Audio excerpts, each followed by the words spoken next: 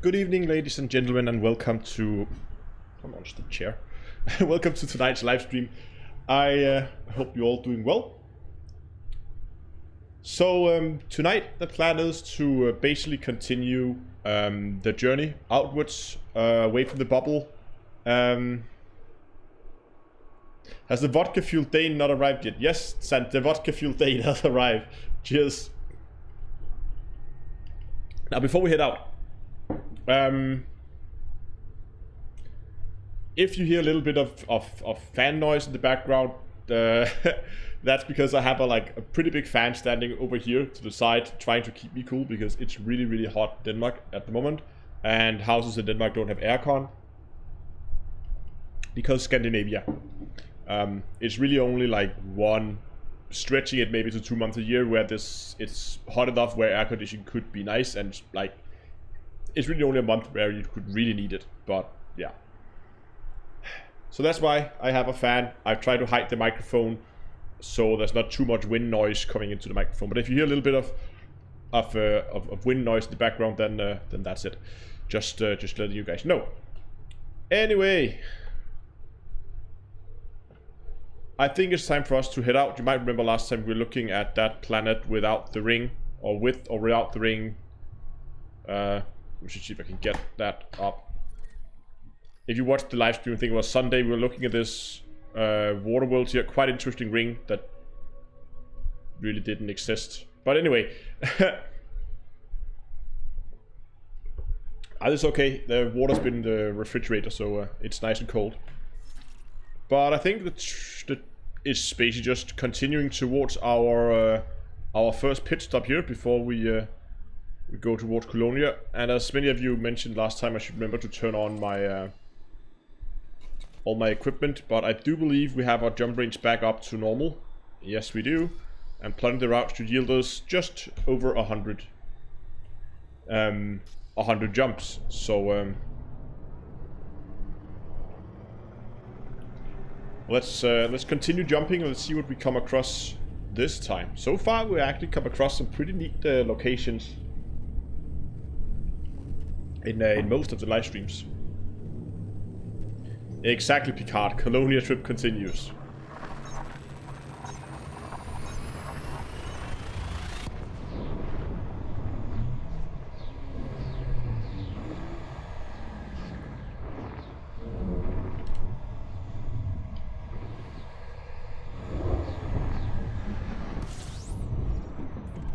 Okay, first system of the day. 3 bodies, I guess all stars. Yeah. And we just keep going. Let me know in chat, can you hear any wind noise at all? Or is it completely hidden in all the other game noise and me talking and stuff like that? Because if you can, I'll try to turn down the speed of the fan a little bit to try and reduce it.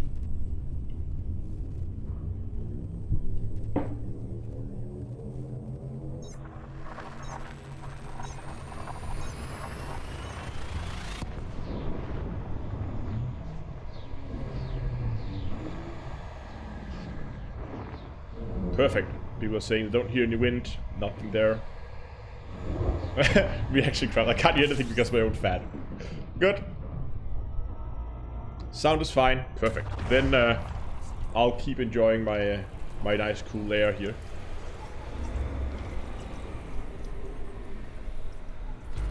Oh, 22. Starlost says greetings from sunny Las Vegas. Oh god. It's already too warm here. What am I doing here? Hold on. I completely lost... I forgot how to explore, apparently.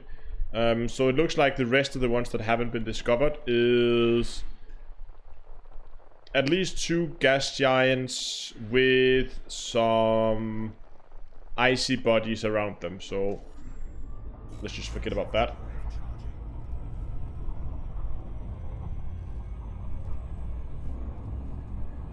Tim, you're absolutely right. I mean, without the fan, I probably wouldn't last.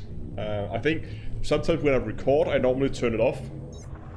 And Now, it's not that bad now. I mean, it's about 9 o'clock in the evening here in Denmark, so it is beginning to cool down a little bit.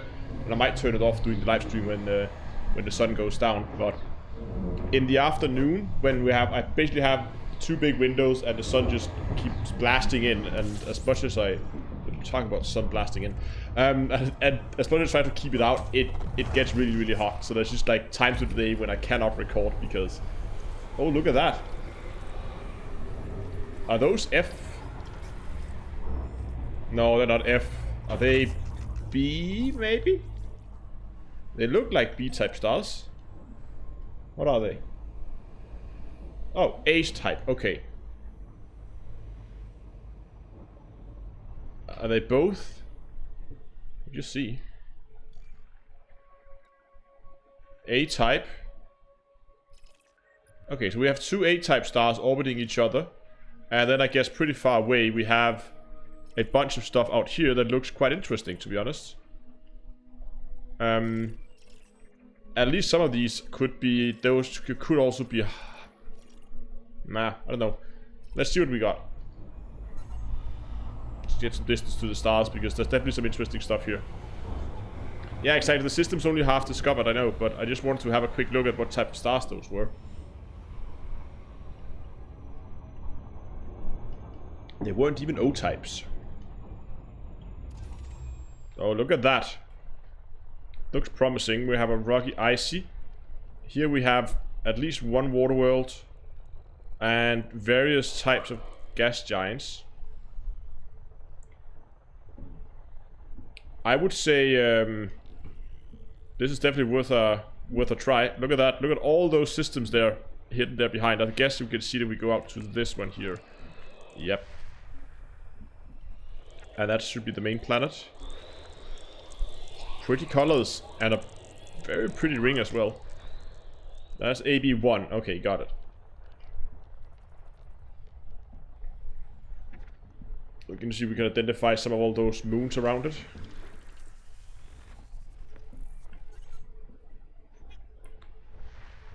Oh.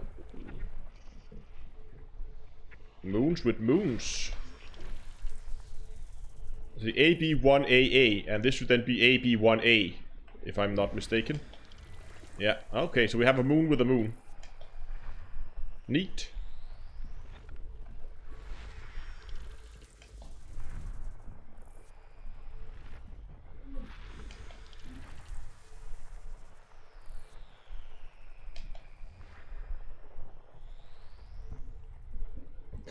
And I'm guessing we are looking for the main gas giant again.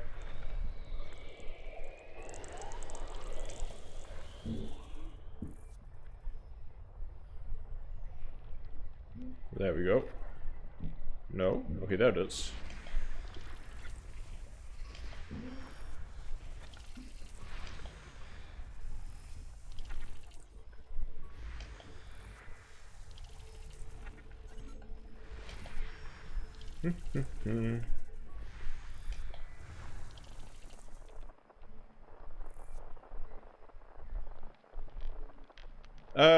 Gerald says where we're going. Yeah, I'm going towards a system that's like kind of on the opposite side of Sagittarius A. Not quite. I can show you in the map when we're done mapping this system. Where there's a system I want to visit, and once I'm done with that system, I'll be heading in towards Sagittarius A. People have suggested me another system I should go and visit as well. Okay, that was the Soul Water World. Okay, so the rest must be high metal contents. There was another system that somebody suggested I go and visit that looked odd. I don't know I don't know anything other than that looks odd. But it is a little bit out of the way. That was a high metal content, right? And probably a terraformable one. So I think it's a little bit too far out of the way. Maybe I'm gonna take it later or take it with my main character because it's not that far from the bubble. So that should be doable. What do we have in here? Oh, that must be the asteroid clusters, of course. The good thing about asteroid clusters is you just need to scan one. And then you've got all of them.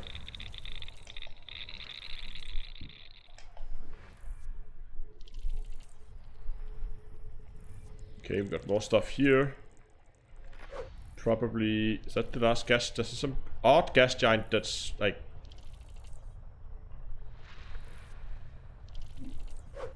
Okay, let's start by all this stuff out here.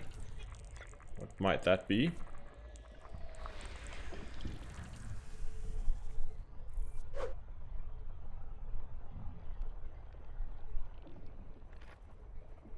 And again, sorry if I'm not paying too much attention to chat right now, but I just want to finish the scans and then we can begin to chat again. Okay, what do we have in here? That is a planet here.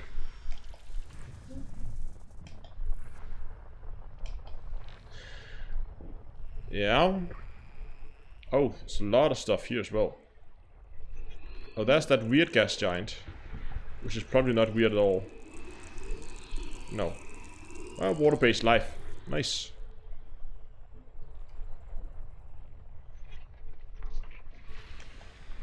We are almost done. We just have another 4 bodies to scan.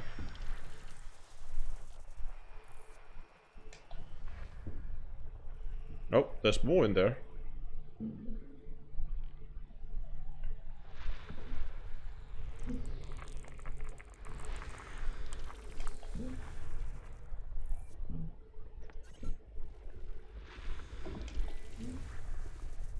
Oh, and there's also a gas giant. System scan complete. Got it. Perfect. Okay, so let's see what we got here. Lots and lots of gas giants. We have a ringed icy body, but it's not landable.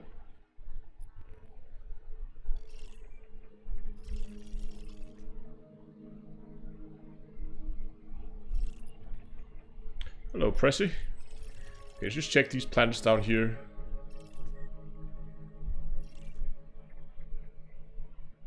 Wait, what? A high metal content world that's landable but is a candidate for terraforming. How can it be a candidate for terraforming?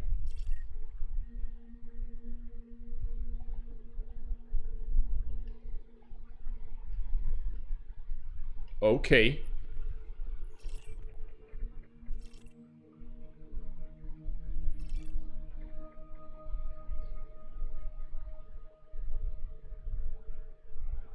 Okay, so we have a water world and 2 terraformables. And it's only 19,000. It's not that bad. Let's head up there. Yeah, exactly, Dodges. Right? That terraformable landables. You don't see those too often.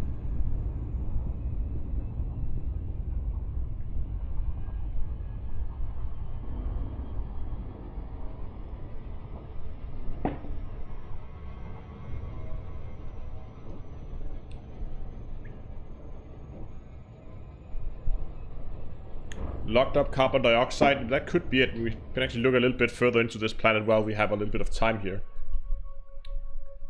So it's exactly 0.1 Earth masses. Gravity, yeah, surface temperature is quite cold. That's what, minus 40 C. So it's a pretty cold planet, which makes sense since it has no atmosphere. We have a decent amount of carbon stored. But again, we can only really see the solid materials. We don't know what's there in potential, like frozen ice or something like that. I mean, there are stuff frozen at the North and the South Pole, but it doesn't look like much, to be honest.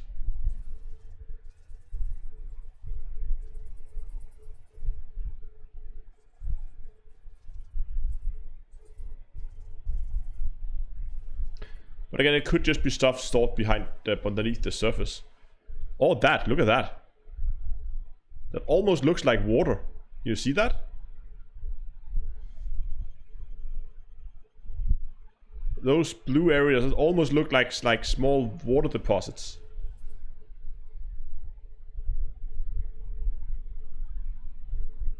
Recycle. Got notification about the stream app already, right? You know, I think we're gonna try and land in these blue areas. I mean, the gravity is not that bad, so it's definitely doable.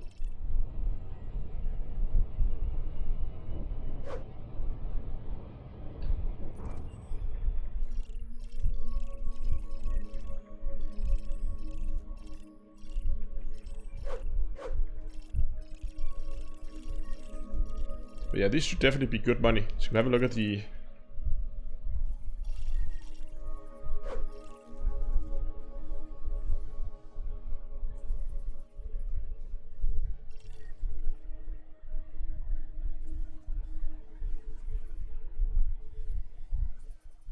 Ah, those are the orbit. Okay.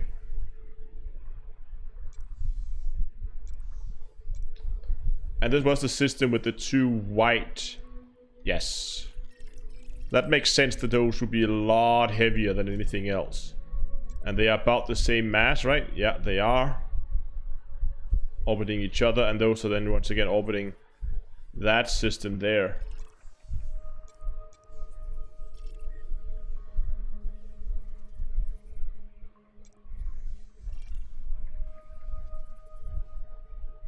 It looks like a pretty clean created system.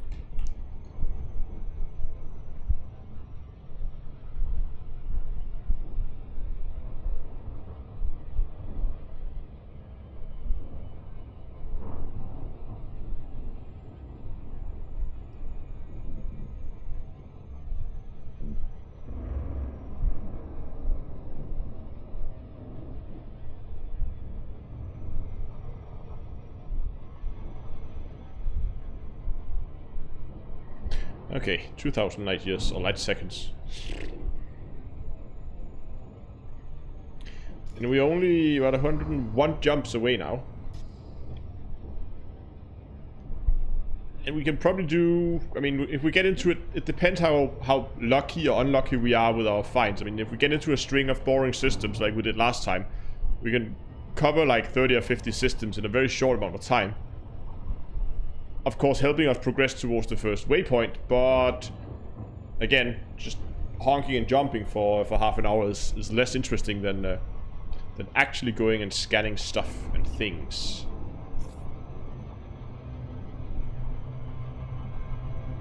And doing loops of shame several thousand light years away from Earth. Whee!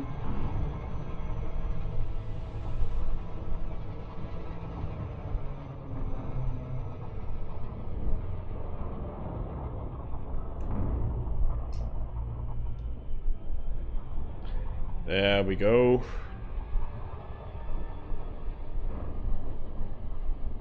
So what are we looking at here? 6, 7 probes maybe? Slow us way down here. There's a lot of ice bound up on the poles on this one. 6 probes, okay. So pretty standard layout. About there. About there. 1 there and 1 there. Scandinavia. Oh, Michael, thanks a lot for the very generous donation. Awesome. Now I'm not even looking at where my probes are landing. Okay, we got the efficiency tab. Thank you, man.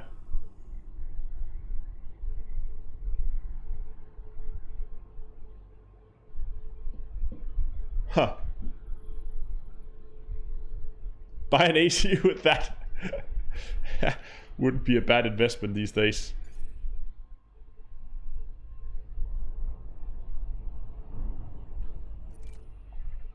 Thank you, Michael. I definitely will. I'm guessing we have I can't even figure out my key bindings now. I'm guessing we have a fellow Scandinavian there. What is the high metal content? This is not a candidate. Let's take this one first.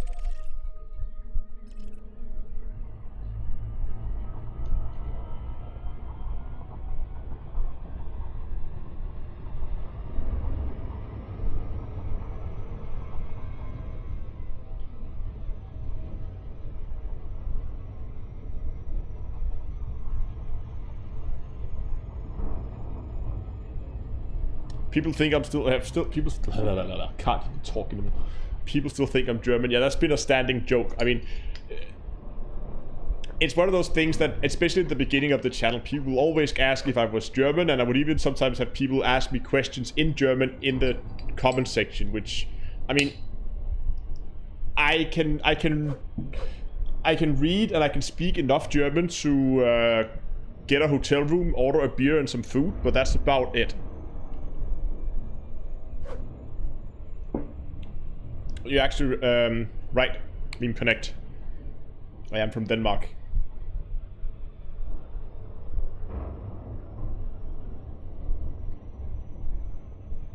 Where did Michael go?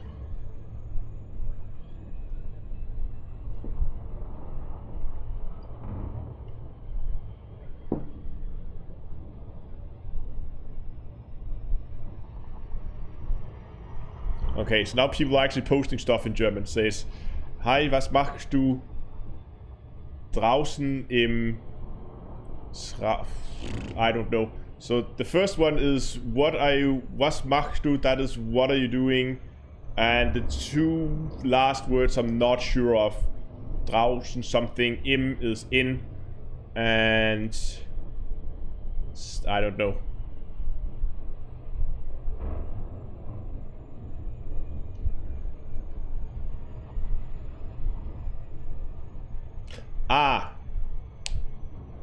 Yeah, Schwarzen, of course, yeah, Schwarzen.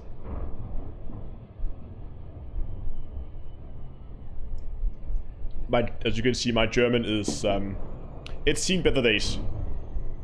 Yeah, how are you doing out in the black? Got it.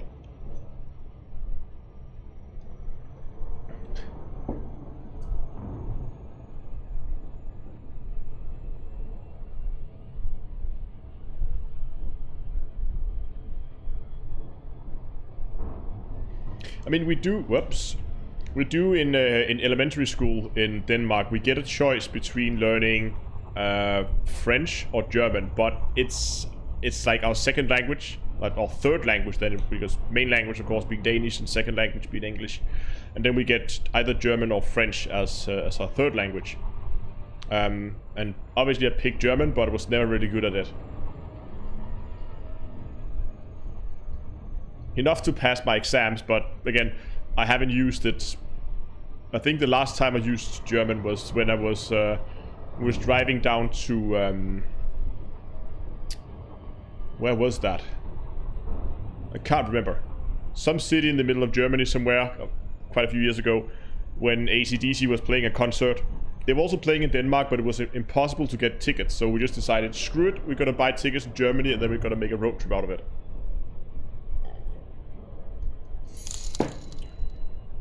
Here is some more gas money for your trip, Astro.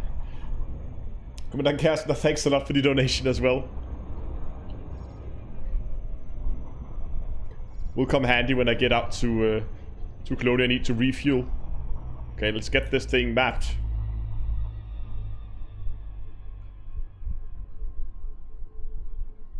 Oh, Michael from Sweden, okay.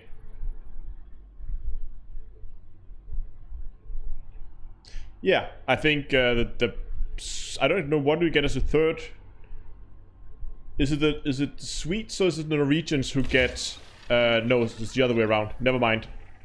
6 probes. It's the Finnish. They learn Swedish as their third language, I think. Or it's the other way around. This is the Swedes that learn Finnish. It must be I think it's the Finnish people that learn Swedish.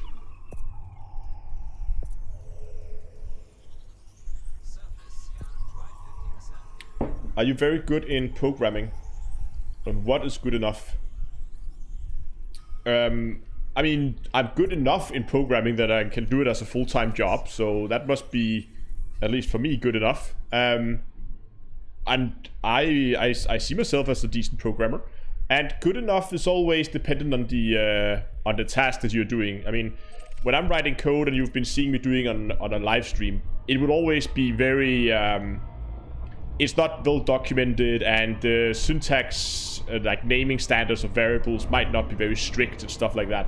But that's because it's just, first of all, I just don't want to spend a lot of time sitting and getting everything completely right and documenting everything when it's being live streamed. And if it's just something I'm running for myself, then doing a lot of time documenting and writing good comments, it's not needed.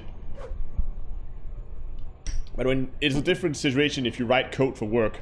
And even then you also have to consider, is this like a one time thing. You're just writing, you're executing it once, it's solving a task for you, and then it will never be used. In that case, you can probably make do with less documentation and not being as strict with all your naming standards and stuff like that. But for instance, at the moment we are working on a new framework for some new hardware we're getting, and that means that the code we're writing right now is gonna be the foundation for using that hardware in the future. And that means there might be someone down the line that needs to maintain this code. So therefore, we are very strict on exactly the way we name our variables, the way we document it. All that stuff is being written down in a very strict format. So everybody is kind of writing in the same in the same manner. It looks almost identical when people are writing it, regardless of which programmer did it. And that just helps maintain the code later on. There's nothing more frustrating than trying to maintain a piece of software consisting of hundreds of different files, and they were written by 40 different programmers, and every single program was written with their own unique style. Please take my money before Garvin gets it all with his Steam summer sale. Also, nice try at speaking German. It was not as bad as you thought. Greetings from your big neighbor Germany, winking face. Thanks a lot. And I'm glad it wasn't that bad.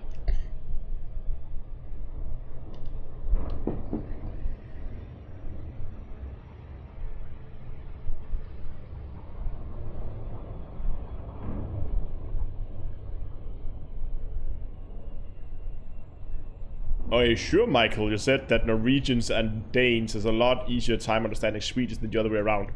I always thought it was opposite. I mean, I have one guy from Sweden working where I'm working, and I have to speak English to him. I don't, and he just lives right on the other side of the water, man. Like, we basically live less than 40 kilometers away from each other, and I don't understand a word of what he's saying.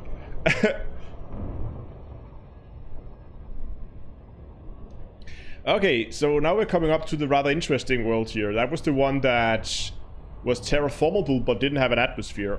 And as far as I can see, there's very little ice on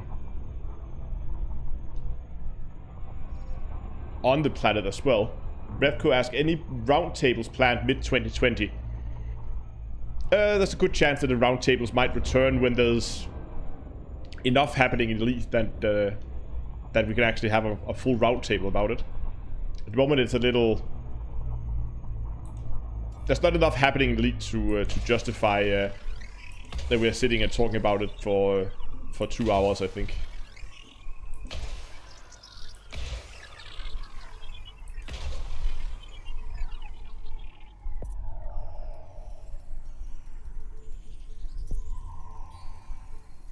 Why do signal sources vanish while collecting items? Some of them might just expire.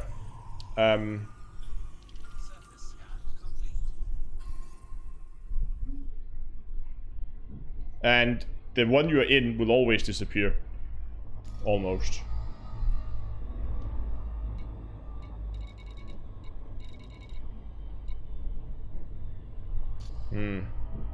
No special features on the surface. But let's try to have a quick look at this bluish area.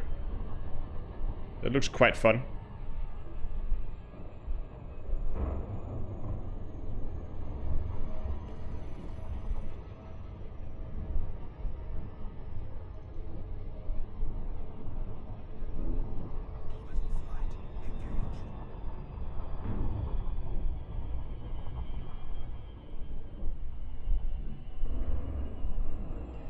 I agree, has getting a where we actually are all physically in the same room round table would be really fun. I think the only chance that's gonna happen is if Frontier makes another expo. And good evening, Marcus.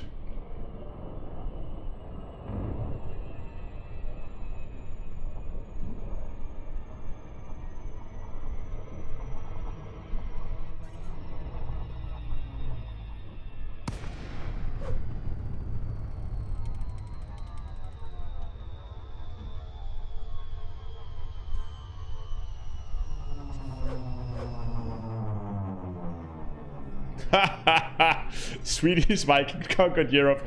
They dropped the drunks on a few islands they now call Denmark. I think I recall Denmark owning large portions of Sweden, if not all of it, at some point.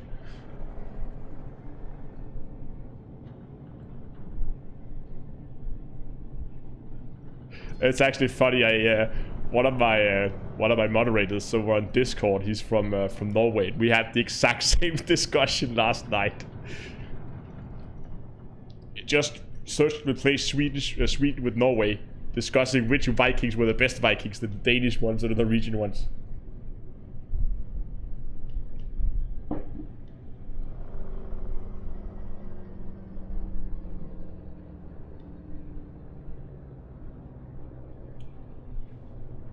I'm not sure if I want to land or just have a quick look around. I mean, it is pretty rugged terrain. There's probably not a lot here, but it just looked fun with the blue color.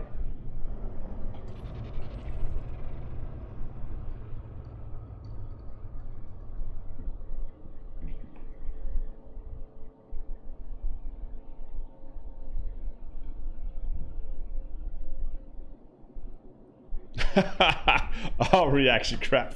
I remember Germany owning a large port of Denmark at some point. Yeah.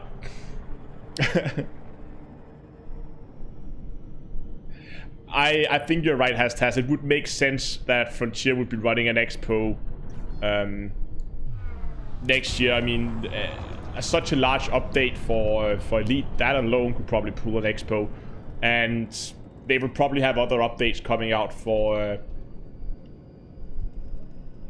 some of the other games. I mean, they just launched Planet Zoo, and they have still have the Planet Coaster thing, and yeah.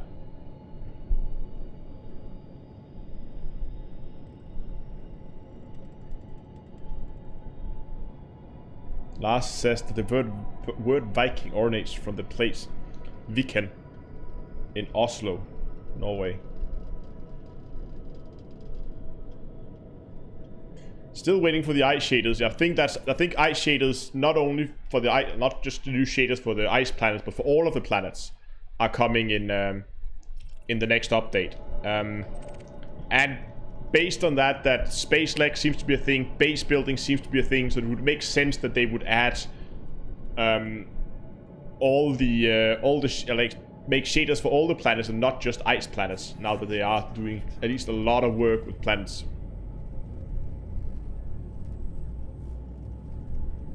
I think we get improved. I don't think so. I think they're gonna improve the shaders, not just or the graphics of not just ice planets, but for all the planets that you can land on. And we're gonna get all of that together with base building in 2020. We should really not expect anything that large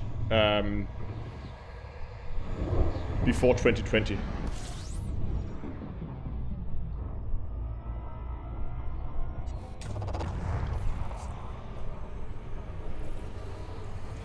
Yeah, and it's a racetrack.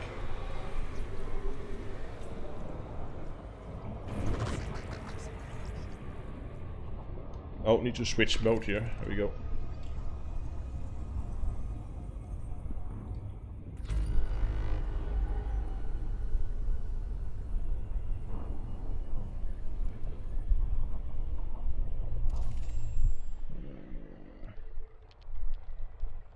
No. Nothing here. Moving on. Tired of landing on boring spheres, yeah. Hopefully by 2020, last half of 2020, we will have some more interesting stuff.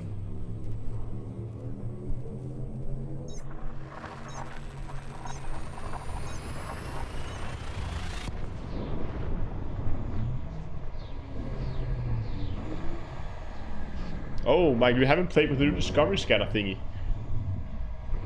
It's quite neat, I actually like it. I mean, instead of you having to eyeball the planets and guess what type of planet they were based on that, the spectrum thing is actually a lot, I think a lot easier to use. So you can see down in the lower right hand corner what type of planet. Oh, thanks a lot for the follow on Twitch. So you see here we're looking at ice bodies, and this down here, that would be high metal contents, and this down here, the asteroid clusters. So I just know that there's no interesting planets because they're all in this area here where we have Earth-like, ammonia worlds, and water worlds. So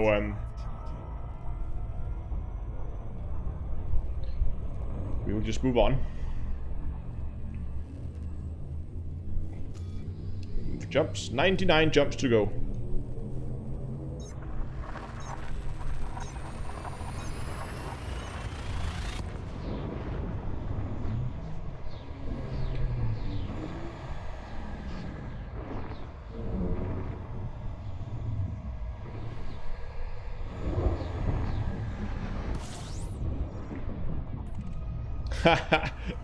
Well done, Robert. Yeah, Terra X has actually been expanding really, really well. Well done. Let's just go with that. Now Terra X has really been expanding a lot lately, and oh, hold on. What do we have here? Icy rugged. Nope.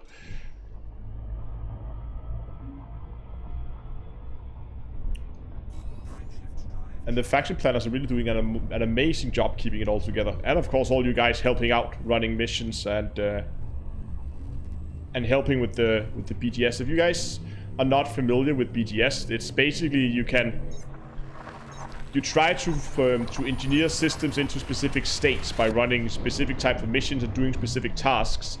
That then allows you to try and progress with a specific faction. It is really, really complicated. That's actually a good point, Robert. I should probably add that in the cycle with the bot message. I'm not gonna do it right now, but that's a good idea. I'll definitely do that. Is there any particular reason why I choose the Python for deep space exploration, and then it comes Python in Space Jesus? Yeah, I took the Python because I wanted a ship that when I arrives in Colonia, that I can use, I can refit for mining. And I also wanted one with a ton of internal compartments that were medium-sized, so I could carry as many modules with me out there. I didn't know at the time when I started fitting how many modules I could actually buy in Colonia and which one I would have to ferry out there.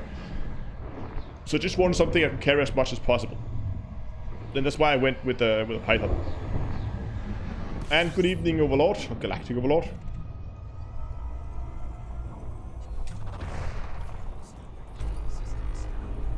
3 bodies, probably all stars. Yeah. No, we should do a small fuel scoop here.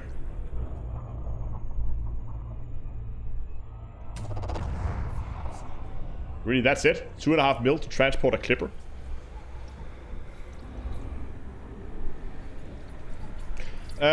Beyond, this is my one of my old accounts, as you can see here.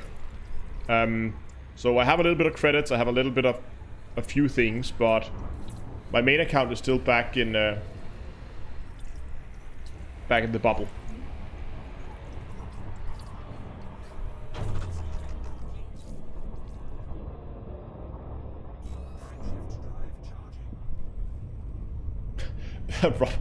One of my many alts. It makes it sound like I have a bunch. I have 3 characters, I think, at the moment.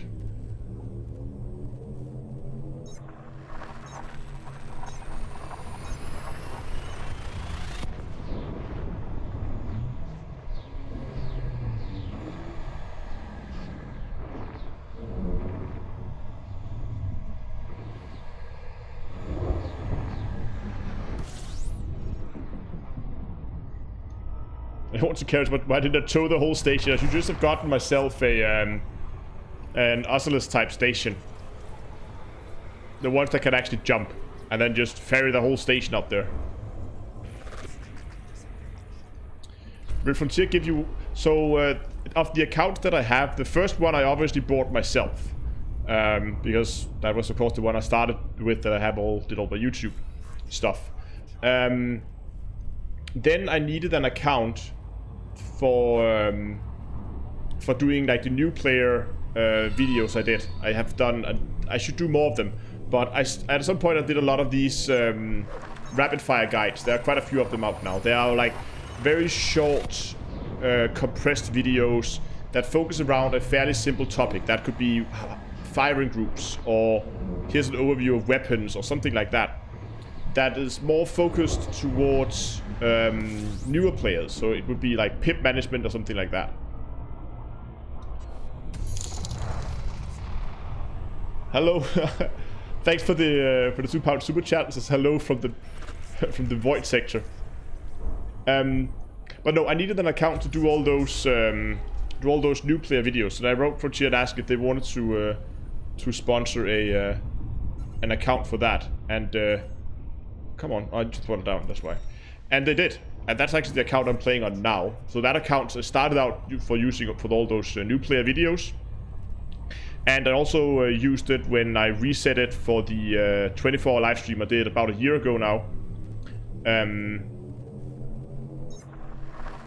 But after the 24-hour live stream, it actually progressed so far that I, of course, now I'm moving this to Colonia to be able to do some videos from out there. But that meant that I needed a new throwaway account, like an account where I could just reset it every time I need a brand new commander for testing something out in the early game.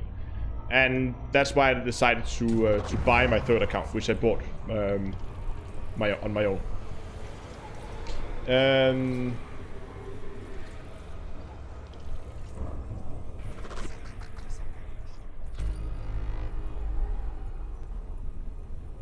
33 buddies, that's a lot. But it's all not really interesting.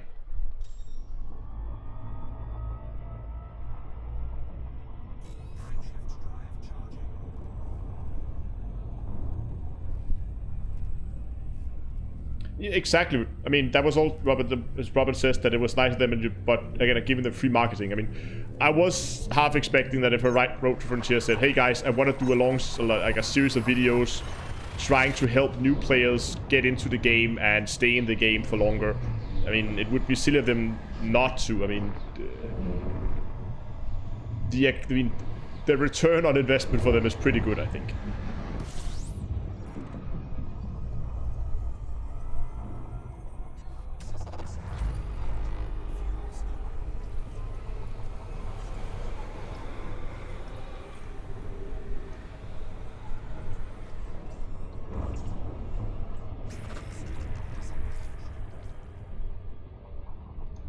Oh, is Elite Dangerous on the Steam Summer Sale?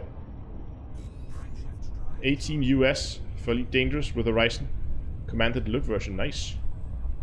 So if any of you need another alt, or need a alt, if that's really part of the Steam Summer Sale for 18 US, then that's a pretty good deal.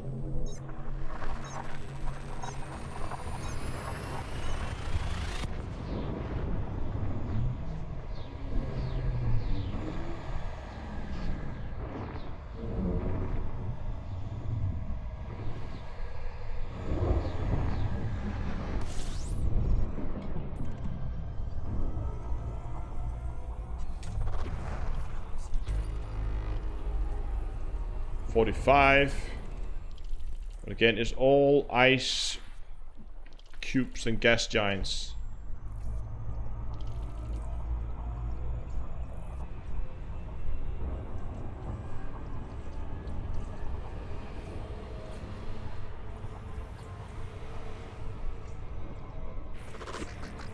Ah, it's a Frontier Store sale. Okay, got it. Yeah, Elite Dangerous in VR is really good. Have my VR headset hanging right out here as well. Towards that third account cost, your videos have been a massive help for this new player. Besa, thanks a lot for the donation, and I'm really glad that that I've been able to help you get going in Elite Dangerous. It can be a difficult game to get started with.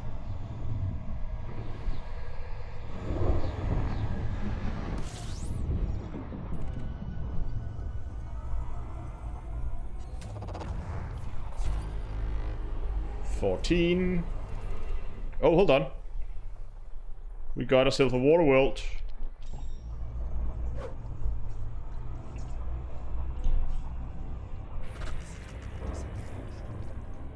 Do I ever get elite burnout? Yes, of course. Just like everybody else. I also have times when... I mean, there are periods when I would pretty much only log in to do videos. Those periods definitely happen when I play other things. And especially when I run out of projects. But obviously I still, even though I may not be actively playing off camera and in that period, I would still keep up to date with the game, and I still have projects in the game. They're just not progressing as fast as they otherwise would. So it comes. So definitely there will be times then when Elite is a little bit on the back burner, and that might also be periods where you will see an increased number of other types of videos, or where I try something different just to challenge myself a little bit. Where were we? We were about to scan this system because there was apparently a water world in this that we want. That's an ice cube. Oh, we have multiple here.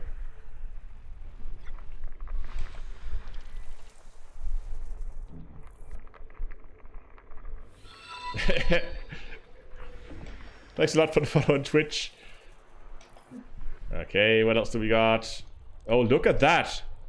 This is interesting. Look at the orbit here.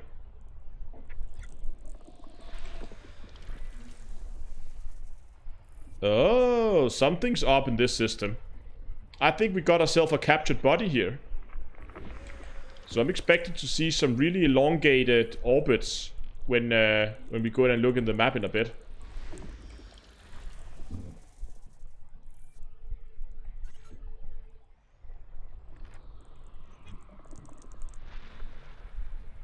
Where's that water world?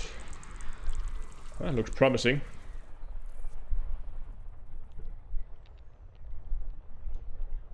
A captured body. I'll show you guys if my theory is correct and we have a captured body in the system, then I'll show you. See that one there? That is not something that's created with the rest of the planets. That is for sure.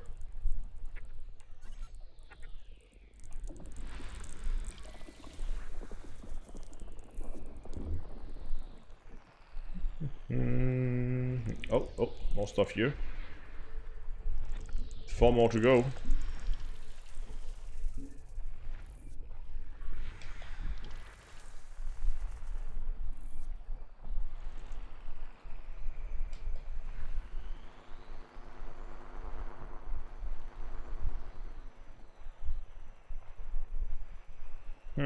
Oh, there's also one.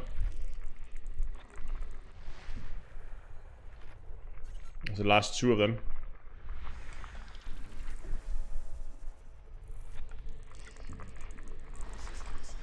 Okay, we're done. Let's have a look at this system then. So there's the water world. Terraformable water world. Perfect. But let's go and have a look at this map here. Oh yeah, look at that. We actually have multiple captured bodies in this system.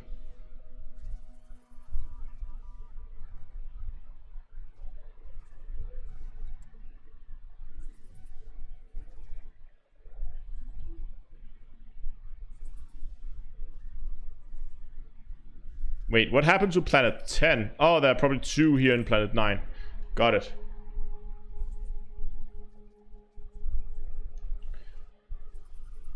So, from 8 and outwards, you can see that as the system was created, you can pretty much see the accretion disk would be here, right? But then you have all of these, which is in all kinds of weird orbits. And that looks like, to me, that either the system passed really, really close to something, or all of these are captured objects. But what is then really weird, is if those are captured objects, why are they not more elongated? Ah, okay, they are actually pretty elongated if you look at it. So a normal one, you can see here, this number right here, where is it? Let's take that one, that's better. There. Eccentricity. That is how elliptical the orbit is. If that one is 0, that means it's a perfect sphere. And if it's 1, that means it's basically just like a line that goes out and back. It is the most elliptical a thing can get, right? So the more, what you will often see is when you have a planet being captured by a star, it will, first of all, it will most likely come in at a weird angle. So that's why it doesn't fit in that plane, because it would have come in like up from this angle and fly into the system, and then it would be captured into an orbit. And when they get captured into an orbit like that, they would always get into a very elliptical orbit. It's not shown really well here. It's pretty much just shown in circles. But in reality, you would expect it. You would expect it to have a very elongated orbit. So that's why when I'm looking at this, I'm looking at these bodies out here. And you can see here we have an eccentricity of almost 0.2 compared to, look at all of these. 0.09, 0.002, I mean, all of these are really, really low. And then we get out here to the captured objects, and that eccentricity is higher. It's probably the same with this one. That's actually pretty low, but that's probably because that's the eccentricity, because these two are orbiting each other. So it's the orbit around these two. And not their common orbit around the star. So this one should be pretty high as well, yeah. 0.13, right? And this one should be low because it's orbiting that star. That's not star, that planet there. So this one should be pretty low. Yeah, 0 as well, because that's orbiting that. So because these two, if you look at those two's orbit combined, they just should be pretty elongated as well. Because they're orbiting each other, you get a lower value. People asking what my Patreon link is. It should be in the description, but since you are asking, I will go ahead and find it for you. Hold on. It is right here. Boom, post that. Both sides so you guys can see that. So that's interesting. Actually having a system with, and what I found most interesting is that you have this pair of twin planets, right? 8 and 10, that are both captured objects. That's really rare. That that would be really, really odd to see something like that. That you would actually have two planets orbiting each other.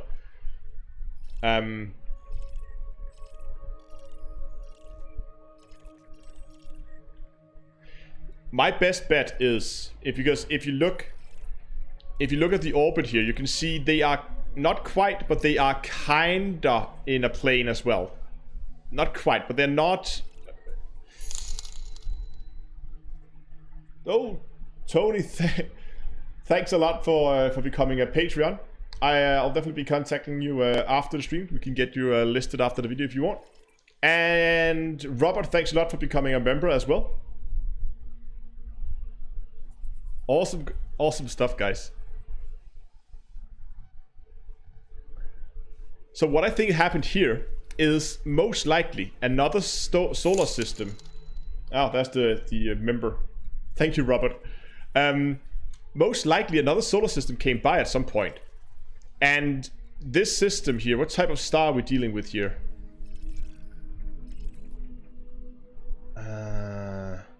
No, the star's not a candidate for terraforming. K, okay, so it's a pretty lightweight star, so that's pretty odd. Because for this many planets to be captured, my guess is that another solar system, not a star system, came by. And these planets got stolen off. Got stolen off that system. So what happens if we go and have a look at the system map? We have a few systems that are pretty damn close by. No, hold on, that's our next destination. Let's go over here. Okay, there's nothing close by. So if that was if my guess is correct, which it might not be, then it's something that happened a long time ago. Can we sell anything from the planet composition here? Of course, we haven't mapped it. So this is rock and metal. Rock and metal, rock and metal. Pretty much, look at this. All these planets are pretty much the same composition.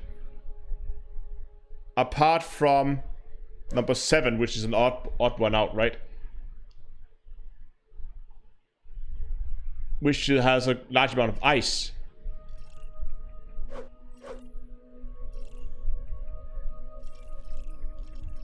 You know what I think? I think planet 7 is also a captured object. No, it's too perfect in the plane that have to be built there. Oh, that's odd. I mean, it might just be some random... long live Carlos. Nice.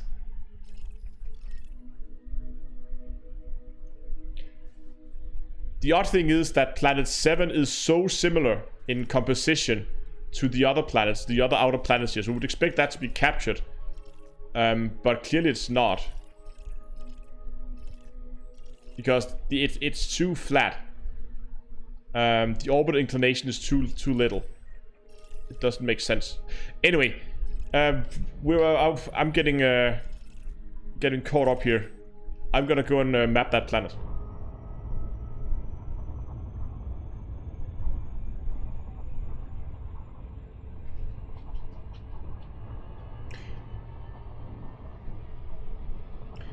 Oh yeah,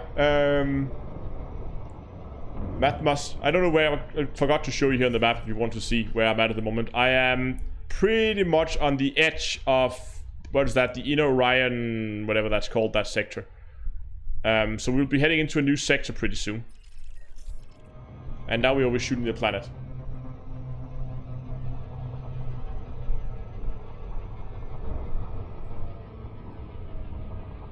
Oh yeah, Willard Hotess. I actually tried to get that Willard Hotess series up and running. But it took me hours just to get... I actually got to a point where I could play Rocket League on my Hotess. But it was just so difficult to do that I just gave up at the end. There was just so many things that didn't work properly, and it was just a huge mess.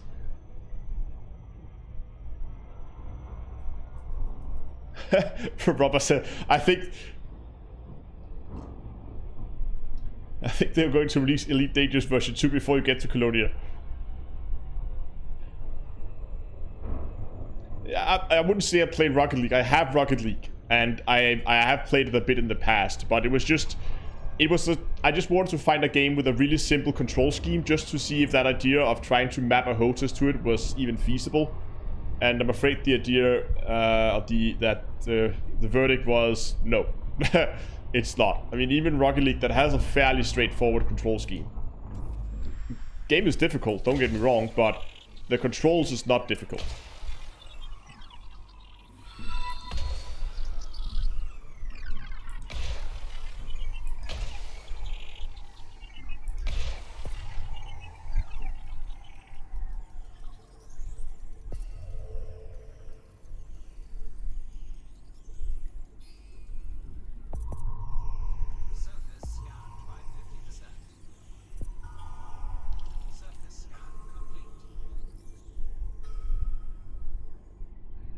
Good. Thing is mapped, and I think we can target that and continue.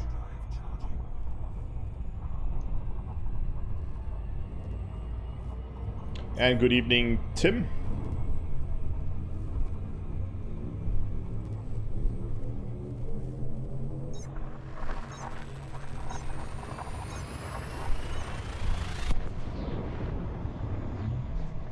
It might be, Dutch, yeah, of course all the rocky worlds always close to the star and the icy worlds would be out. But the odd thing was just that the ice to rock to metal combination was just spot on for the captured objects compared to that outer world. But if the two systems were created from the same cloud, for instance, then they would be kind of similar, you would guess. Nope, nothing here that we want.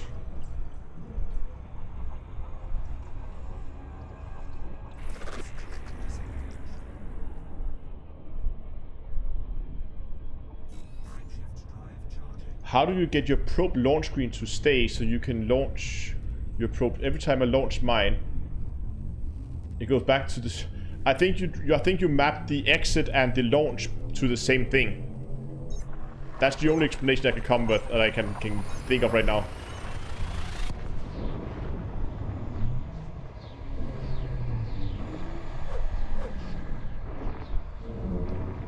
Oh, yeah, this is a long time ago now, the Willet Hotess thing. Again, I did try to get it up and running, but it just never really worked. Might have to give it another go at some point. Nope, only stars.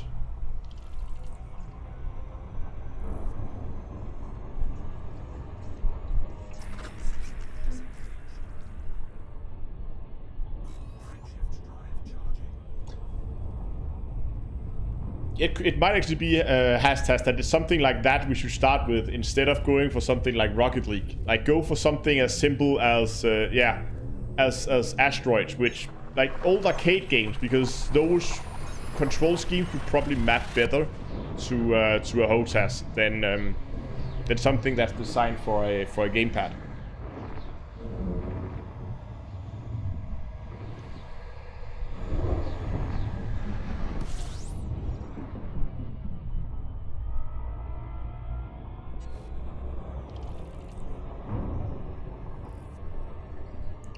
What did I miss? Something?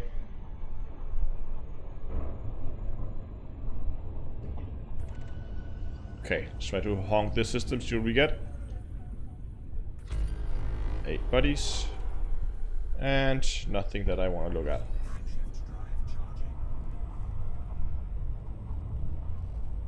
But this is like the system we just had, the one with all the captured objects. That's why I love Elite. I mean, you stop in a random system, and I really only stopped there because of the water world, and then you just find something, yeah. You just find something that I personally find really, really interesting.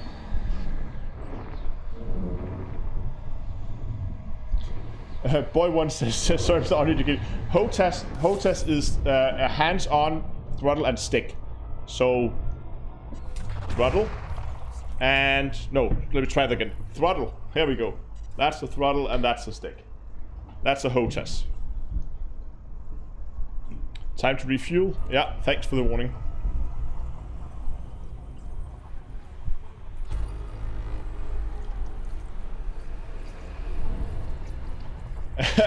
Okay, December. Okay, so it's half a year ago. What do we have here? Oh. We have an Earth-like, guys. We got an Earth-like. Woohoo! Let's get some fuel and let's get some distance to this ball of plasma and let's get that thing mapped.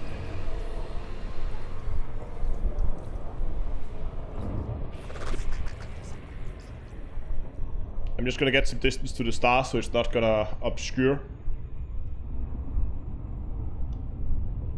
anything.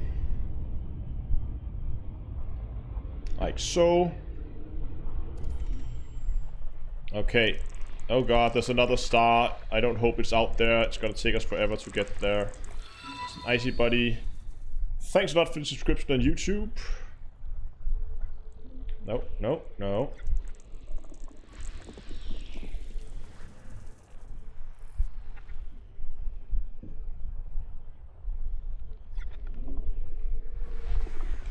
High metal content. Oops.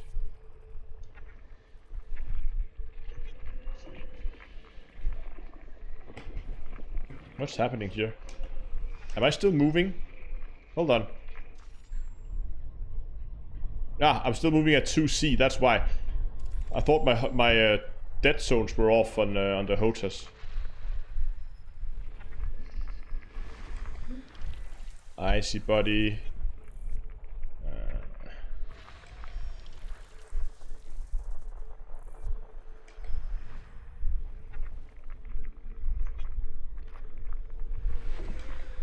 Icy buddy. We also have something in a weird orbit here, but that's probably just the two stars orbiting each other. It's another icy body thingy. And oh, we only have 6 planets left. Oh, that's a high metal content. I thought that was it. What do we have here? I think this is it. Yeah, that's it. And it has a moon even. Earth-like. Whoop, whoop. And it has what type of moon?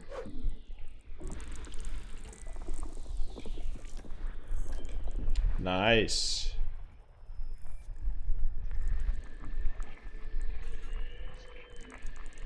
Will the Earth-like world be terraformable? Well, I hope so. It should be. R2B, thanks a lot for the host. Nice, buddies. And there should be one more right up here. System scan complete. What do we got? Ooh. Let's quickly check these other planets.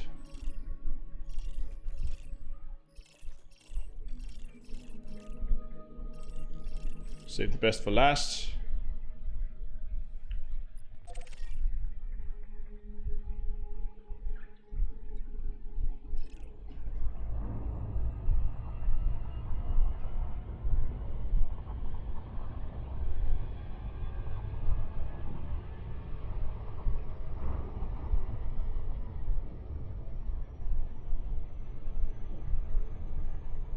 One AU, was that it?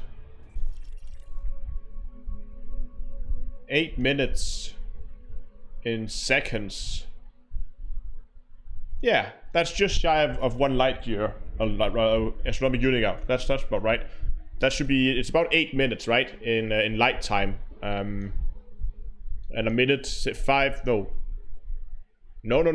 Sorry. This is 11. Just over 11 minutes out. So it's quite far out.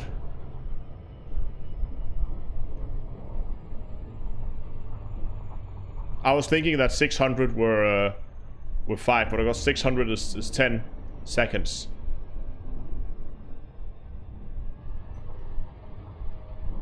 No, let's try it. 600 light seconds is 10 minutes. That's what I'm trying to say.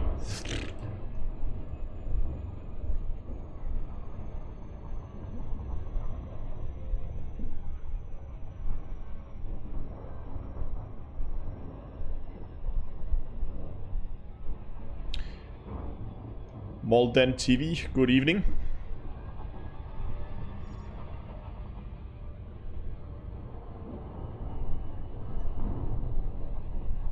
Okay, let's try to get an efficiency target on this one.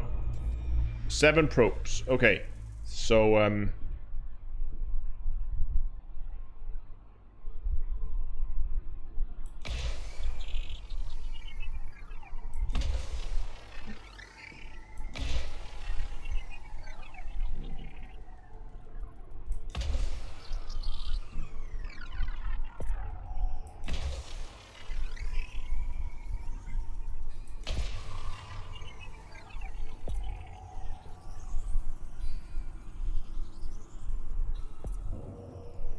and then we probably need one here on the back side.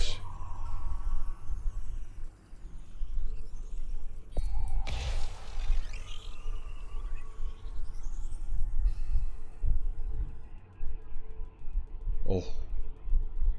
If I can just hit anywhere in that big area back there, then we should be good and get the efficiency target. Come on. Ah, perfect. And thank you, Recycle, for the donation.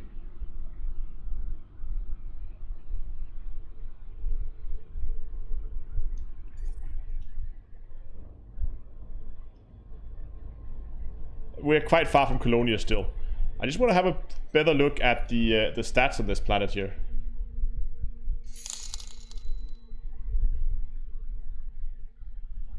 So gravity is okay. The size is about the same as Earth, but the gravity is slightly higher, but not too bad. Temperature is really good. It's like 10 degrees Celsius on average on the surface. Atmosphere is low. Suitable for water-based life. The atmospheric pressure is a little low, and the oxygen levels is maybe a tad on the high side.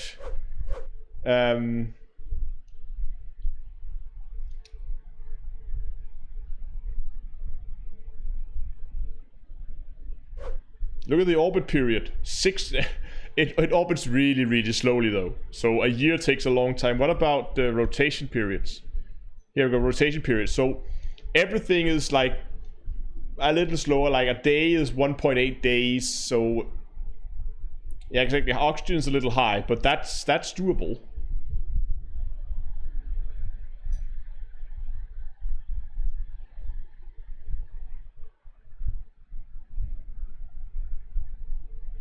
Oh, what?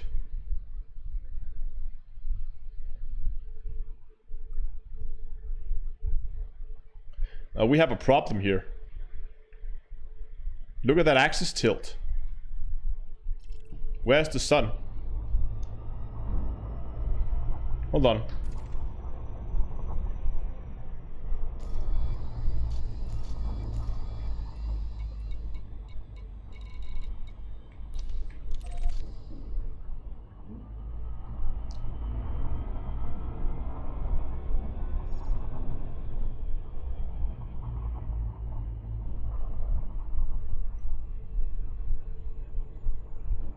See, there's the main star.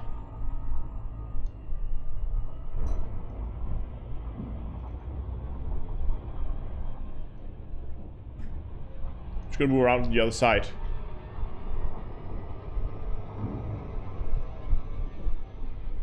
Yeah, exactly, Matthew. You got it. Molden. Yes, I'm Danish. The axis tilt of the planet is almost 90 degrees. It was like 78 degrees axis tilt. That means that... You know what? Hold on. You guys stay there.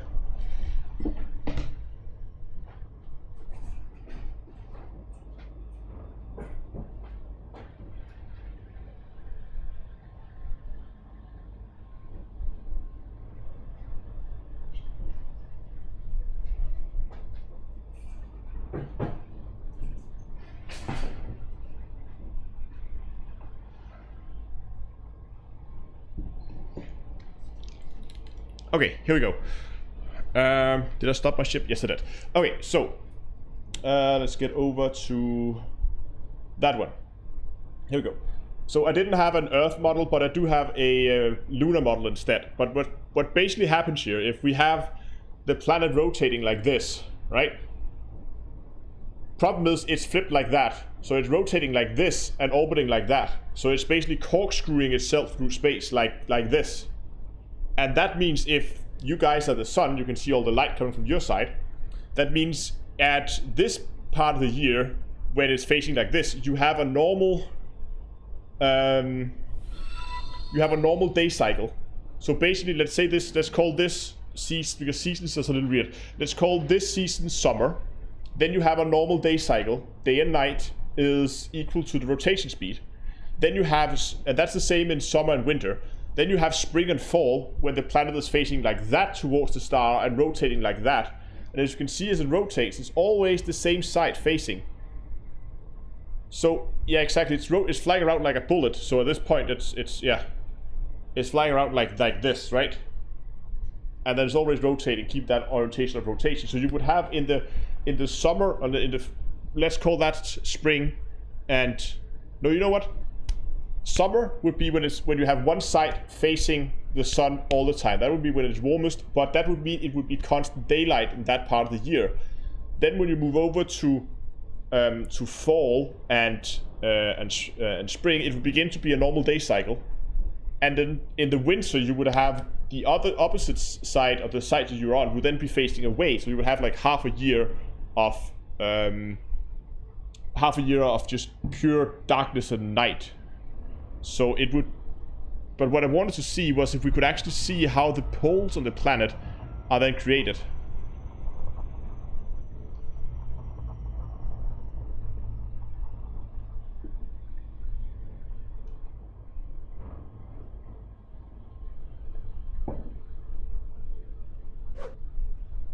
Well, I should enable orbit lines. Where do I do that?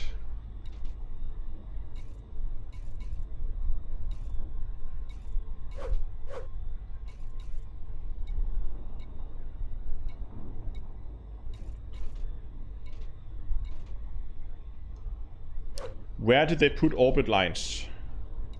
Orbit lines on. Yeah, look at that. So here's this orbit line, right? And the orbit line...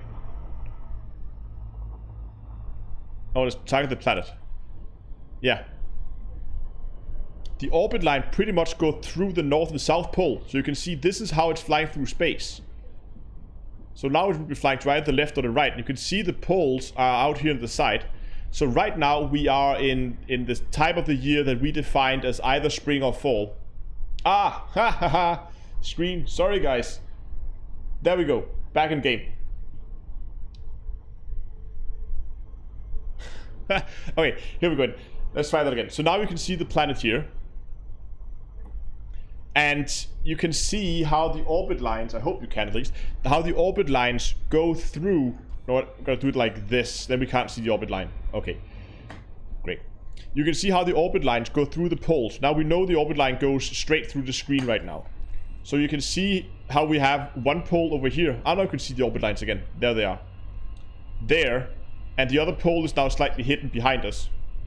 So right now we are kind of in what we defined as being either spring or fall, whereas the planet rotates, right? So it's sitting like this and it's now rotating like this. That means we have a normal day-night cycle on the planet at the moment, so now it wouldn't be too bad. But in about a quarter of a year, but since this is orbiting so slow, it would be about half a Earth year. So in about half a Earth year, one of the poles would probably be moving out, so that would be in constant daylight.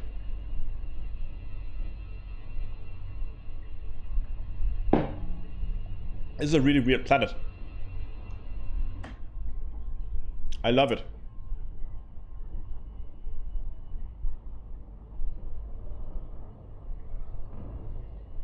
Tilt the Earth in the universe sandbox, see how it goes. Yeah.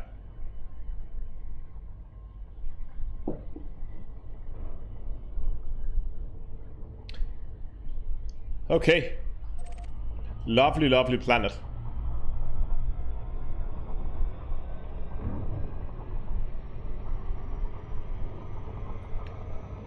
Yes, you would probably write like a lot melt the ice cap. What would probably happen is when you get to that part of the year where either the north or south pole on the planet is facing towards the star, that the pole facing towards will melt completely while the backside will freeze up. So you would basically have in either the summer winter time, you would have half the planet just being an ice cube and the other half of it will be like bright and summer all the time.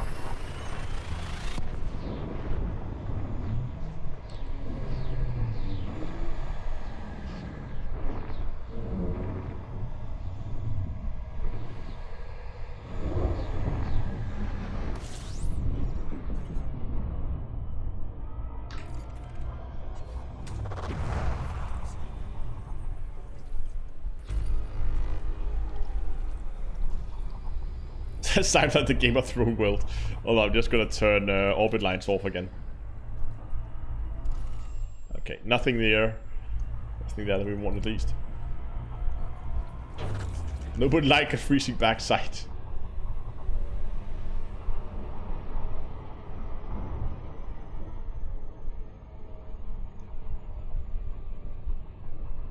Yeah, the equator would probably be... Yeah, the equator would probably be the best place to live.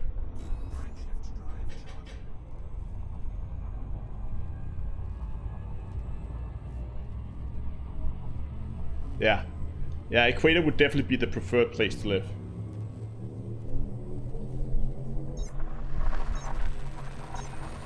I really should see if they make a new one of these just for the Earth instead of some of the other planets. I'm really loving this. This is from a company called... Oh my god, I can't remember that. Like, Astro Reality. That's it. Astro Reality. They make like 3D printed, and this one is cast models of the bodies in the solar system. They are expensive, but god, they're pretty. Not a sponsor, by the way.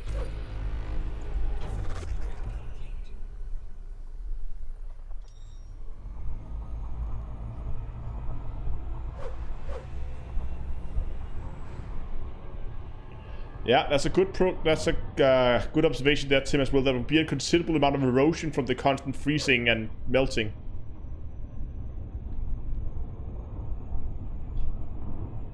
Do I have a 3D printer? No, unfortunately not. I do have a few things 3D printed, but it's often from other people. I have one, but you probably can't see it on camera because it's green. And green screens and green things. Does it show up? No, it doesn't. But you can kind of see the outline of a Corvette. Again, it's painted green, that's why it doesn't show up. But I got this shipped to me as like a 3D printed Corvette model. And it's awesome. And it's up here on my shelf overlooking everything.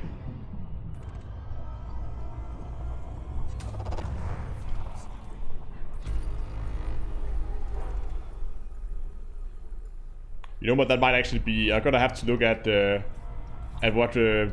what they have in Astro Reality. That might be a good wish, like a birthday or Christmas wish or something like that. Yeah, let's get that thing. Why did that get help from you? Matthew says, "Hey, I want the same invisible paint job on my vet." That awesome cloaking device.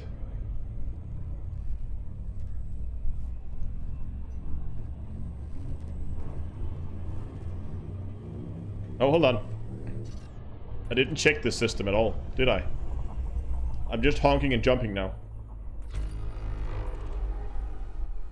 There we go. No, I have actually been considering setting up a PO box. I probably should, to be honest.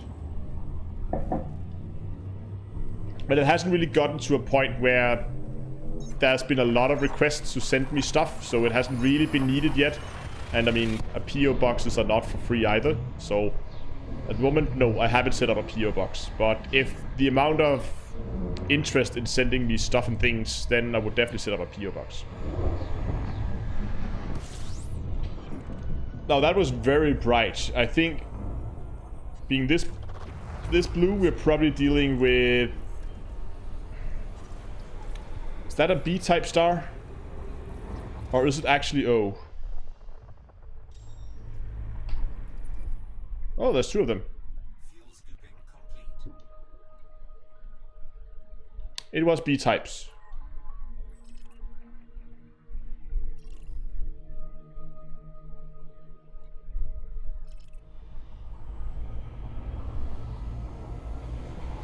Oh, they got the Earth. Boy one says he just looked nice.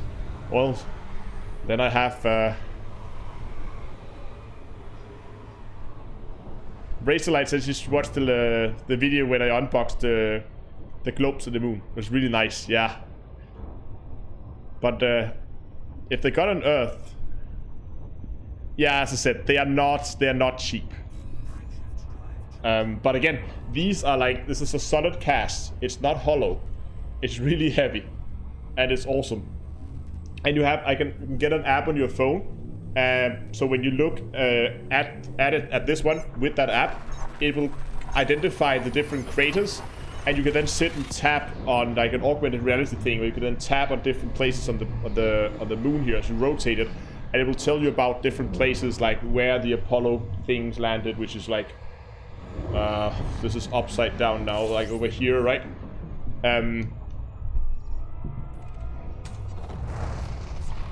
Screw diamonds, I'm buying an Earth. Yeah, oh god, but 250 US, that is expensive.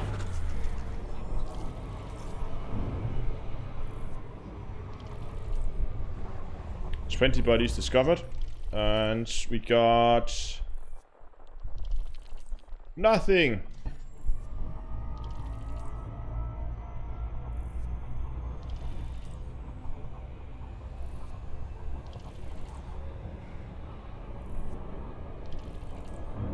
I think they're called Astro Reality. If you could probably Google them.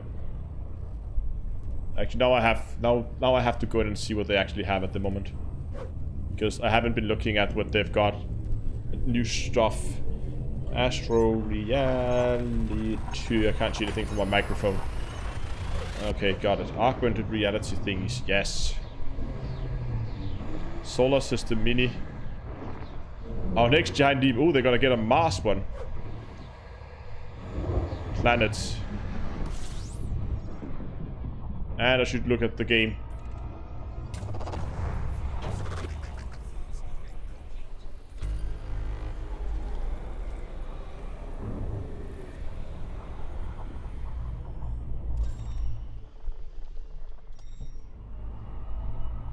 Just gonna quickly have a look here.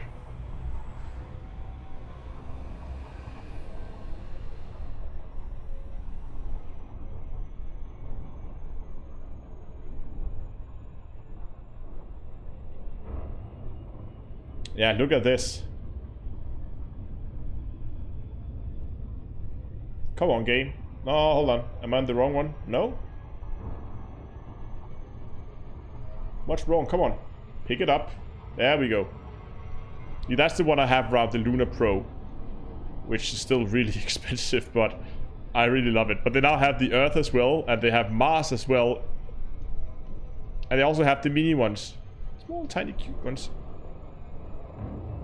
But look at that, it's well over a kilogram. Mars looks tempting. Yeah, I agree.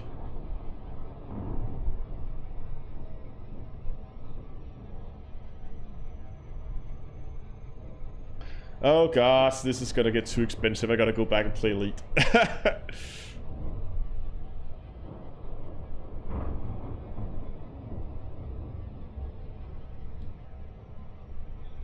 We did check this system, right? We did. Well, goodbye saving. And I know it's not fair to begin to talk about stuff like this when the Steam summer sale is on as well. Oh god. What is 200 US in...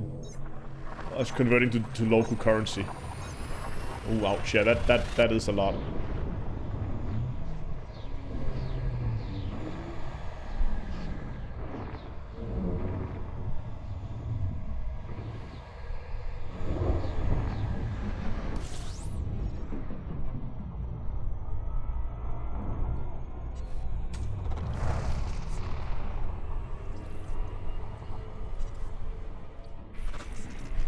Empty Mind says, whoa, love the Zamaganga, but just found the FSS scanner.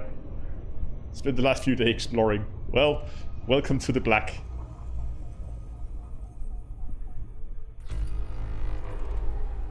Oh, what do we have here? Nothing of interest. Moving the microphone a little bit.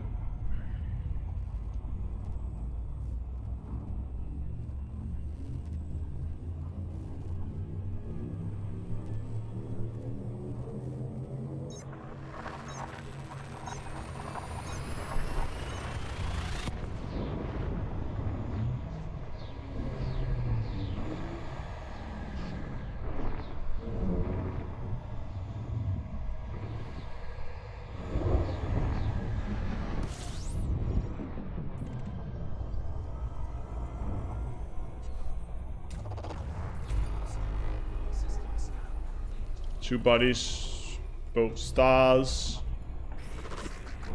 How are we doing for fuel? Doing okay.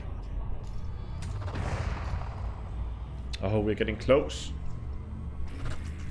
Andy says, still on your route to Colonia? Yeah, still my route. Not really towards Colonia, but in that general direction.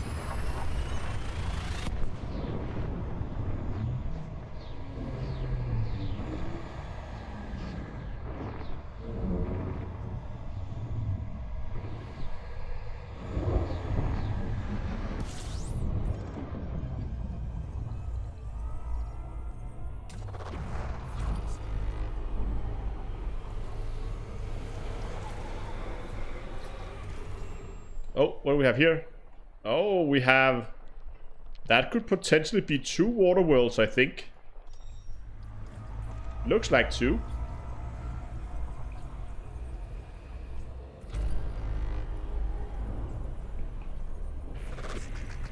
That's a good point, Reaction Craft. This really makes no sense. Okay. 11 planets, not too bad. Let's get scanning. There's something there.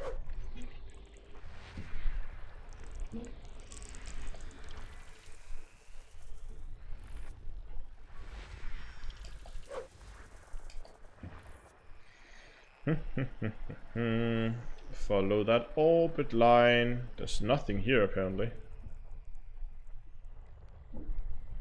Oh. There's the water world over here. Oh, it looks pretty. So this one looks to have quite a decent axis tilt as well, from what I could see there.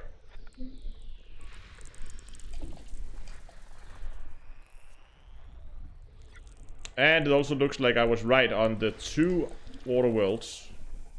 There's definitely a second one here.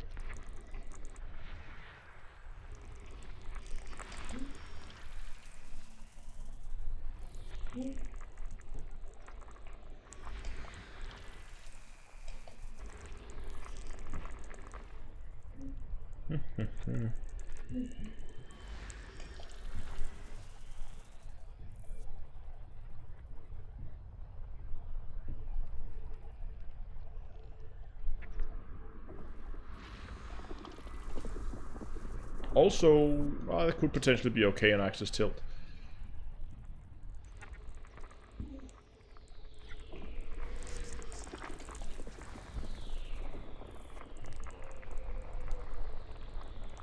Okay, let's see what we got.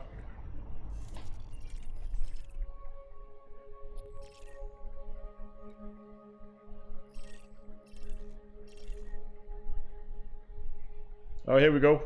Got a terraformable water world. And a non-terraformable water world. That was the one with the big... Yeah, here we go. There's another one lying here on its side. 75 degrees axis tilt.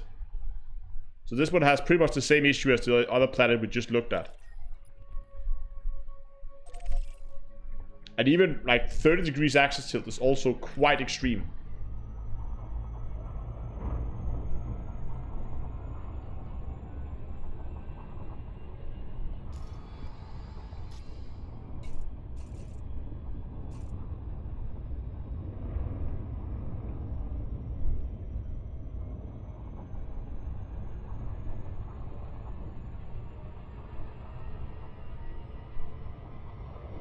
Exactly, Asta says.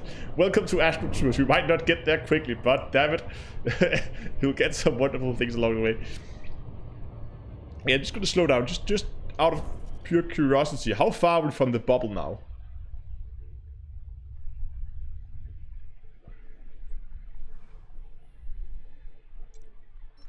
So we are about getting close to 6,000 light years from the bubble, and this is taking me about what? 3 live streams, so I'm making it about 2,000 light years per live stream. Every live stream being about 2 hours. I'm traveling at an average speed of 1,000 light years per hour. It's gonna be a long way to Colonia. I mean, if this is gonna be 3 live streams, then we're probably gonna have at least another one before we get there to our first destination. And then from there, we have to begin making it across. I mean, right now we're not really getting closer to Colonia. Then we have to make it out there afterwards.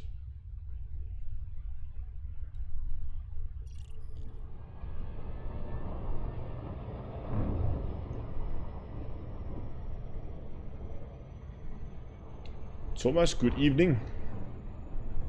And Hyper Sniper, good evening as well. Oh. Should probably slow down a little bit here.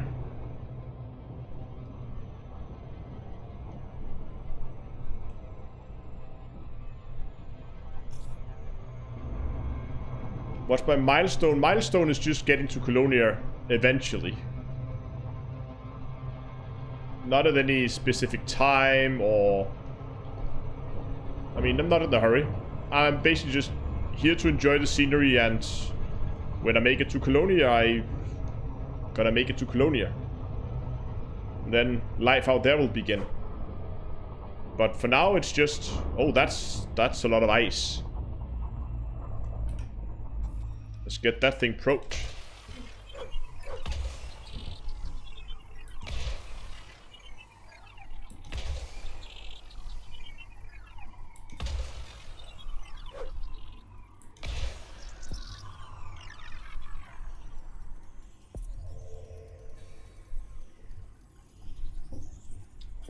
How's that one going on the back? Oh, beautiful shot again.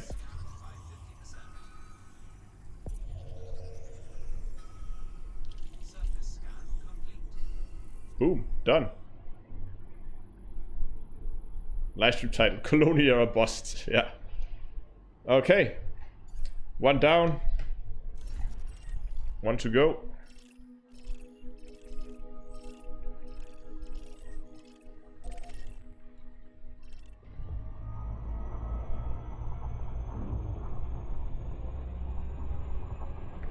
Every loop of shame results in a shot. I should have fitted a I should have fitted a Super Cruise assist module.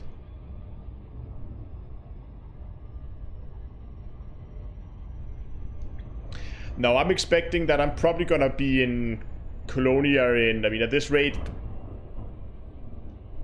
3 weeks maybe? Something like that. That's probably the amount of time it will take me to get there. But that's fine. Again, I'm not in a hurry. I might, when I begin to just fly towards Colonia, then speed up a little bit and just begin to do some honking jumps and not stop too much to scan.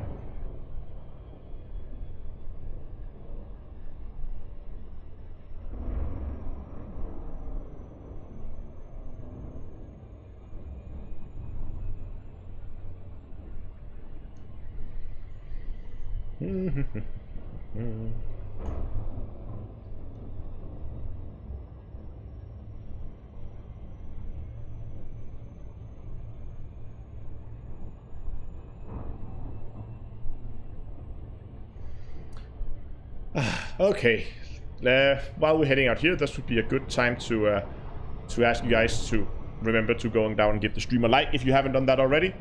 And if you're watching over on Twitch, you can go and hit the follow button. And if you're watching on YouTube, I would be happy if you would go down and hit the subscribe button. The channel actually passed a, that's actually fun. The channel passed a quite funny milestone here, I think it was yesterday, where the channel passed 5 million views. That's a lot of views. For me it is, at least.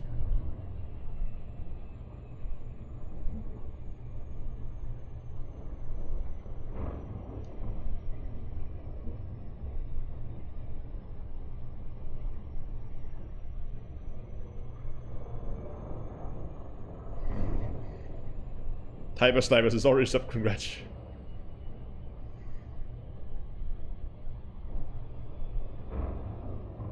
Near try to land in the world of death.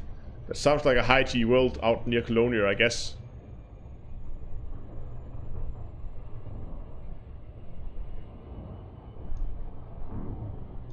Maybe I should speed up a bit. I was just trying to avoid those thank you, Razor Light.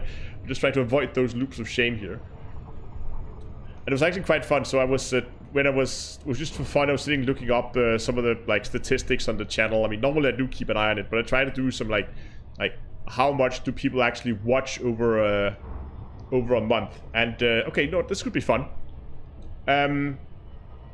Try to guess in chat, how much watch time do you think there is on the channel in a month? Or 28 days, 4 weeks. John, I'm flying a Python. Give me a guess. Because I was surprised. I always get surprised when I go in and have a look at that.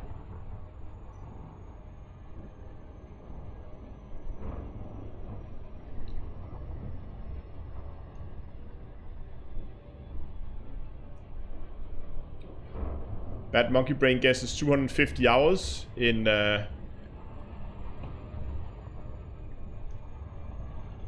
we have 4,000 hours, we have 10,000 hours. I'm just guessing, we're guessing hours now. 300 hours.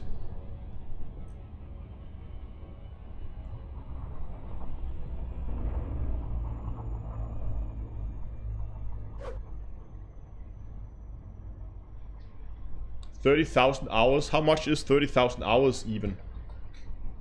Divided by 24. That is 1,250 days.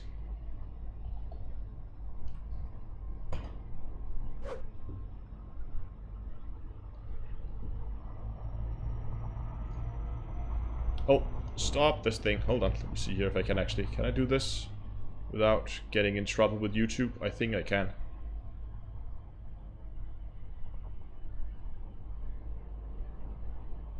Watch time reports.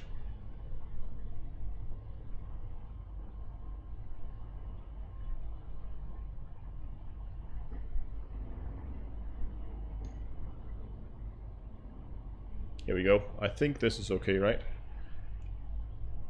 Yeah, it should be okay. There we go.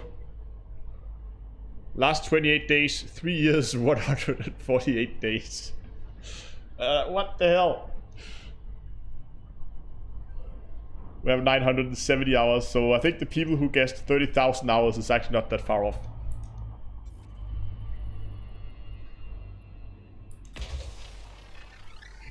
Hold on, now I need to think here. I need to shoot above and oops, and below and above and below and above and where's the miss? There's the miss, so that one should sit right in the back.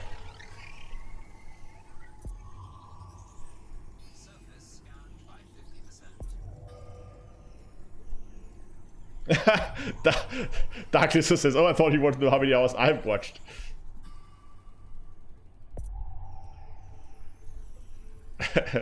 Oh, that should do it. Yeah, perfect.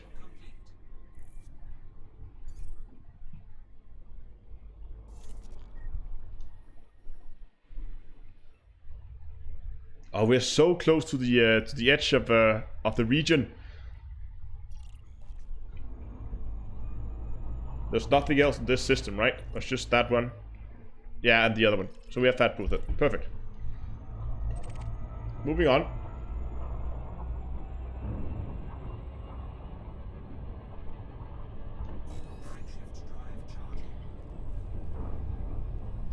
And now I can begin to feel the sun is finally going down, so I can actually turn off the fan a little bit.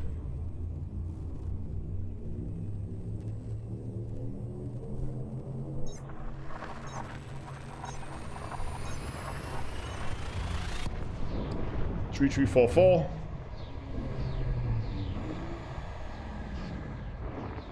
Good evening, or greetings, and may you live long and prosper.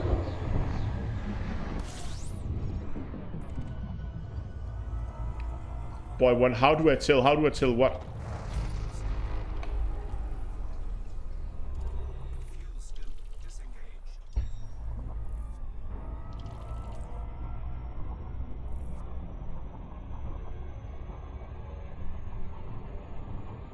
Oh, Razorlight, yeah, Quince, that is a long time ago. Today the money is in mining, actually.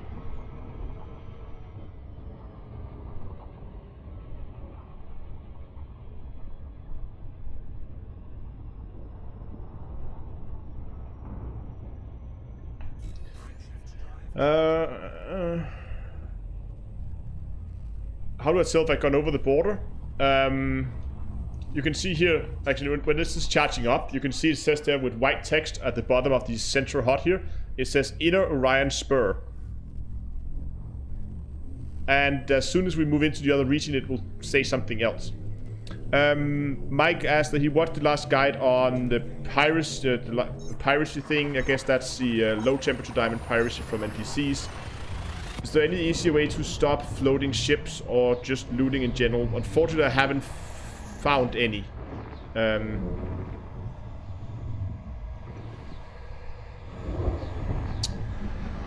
Unfortunately, I think that has been nerfed to the ground. It was fun. It was a fun game mechanic, but Frontier says no. How much credit did I bring along for transferring other vessels to Colonia? Not a whole lot. I'm planning to make it out there. I should be enough to transfer some vessels, I guess. 88 million credits, so I'm planning to, that's why I'm flying a Python. Fly that out there and did I honk the system? Fly that out there and refit it for mining and then begin mining void opals.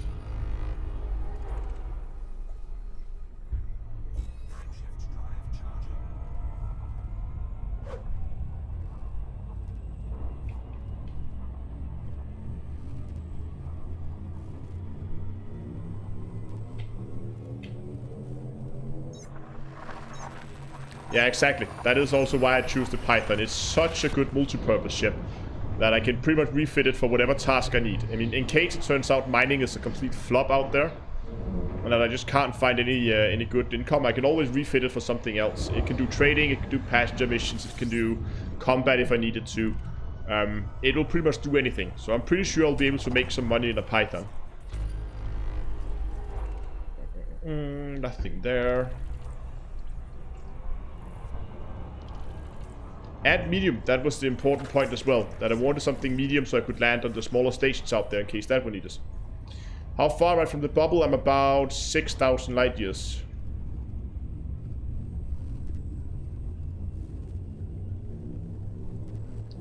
And Reaction Craft just noticed the creative ship name. Yeah, Tim also noticed that you can land it anywhere. That's also a very, very good point. So, this was the best bet I had for... Oh, my fuel's getting low. Best bet I had for a ship that I could be almost certain I could make some money in pretty much regardless of where I were.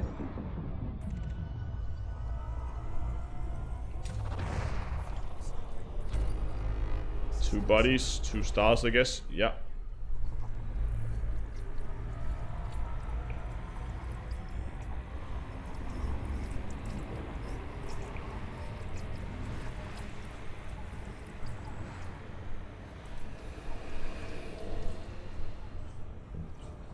Is there still problems with the chat? The chat was working earlier.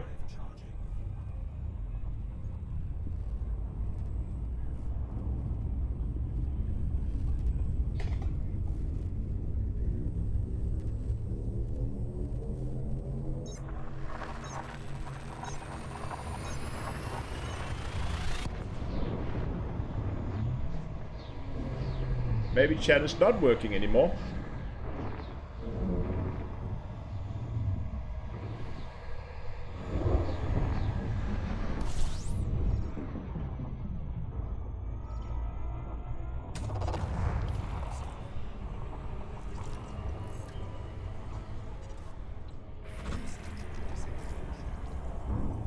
Yeah, chat is not showing up on the stream as it should.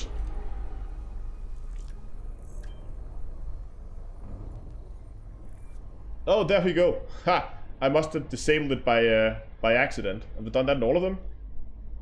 No. Okay. Sorry.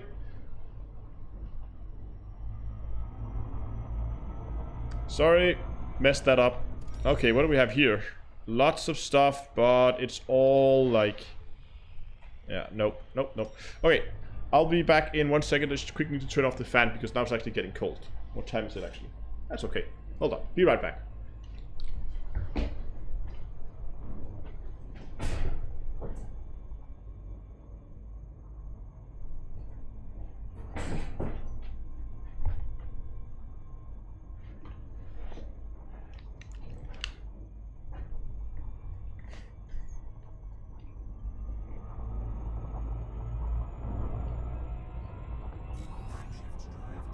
Oh, look at that. We're now heading into Hawkins Gap.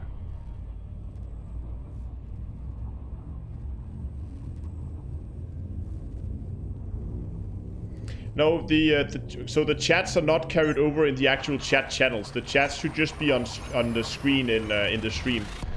And it should be working now, that they are carried over. Thanks a lot for the follow on Twitch.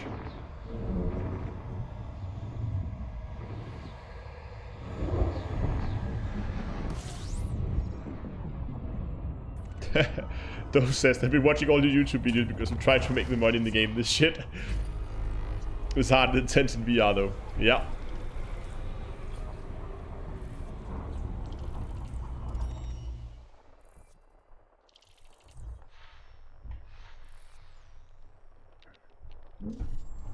Okay, nothing there. Oh, maybe I should actually just fuel scoop a bit.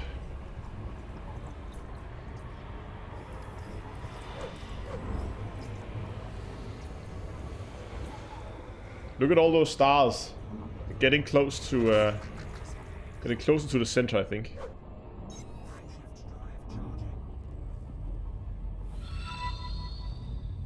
You're very welcome, man. That's why I do the videos, to hope hopefully to help some some of you guys out.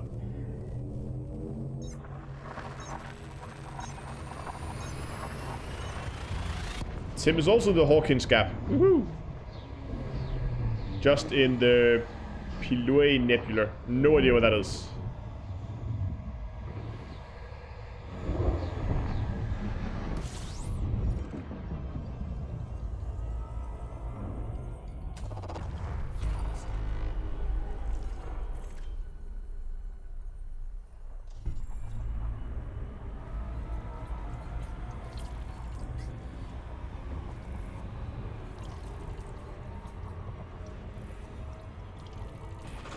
Yeah, VR for Elite is, but again, the resolution is not the fault of the game, I think. I think that...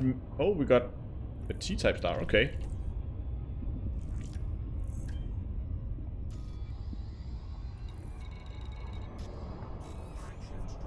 I think the resolution thing is probably more to do with the hardware than the game itself. I think if you want to play the Elite Dangerous in dual 4K on both eyes running at 120, the game would probably support it. Question is if you have the hardware to do it.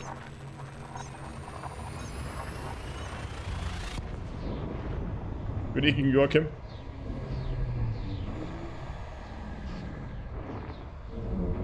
I should probably begin to pay attention for anomalies as well in space. I haven't really paid attention to those at all.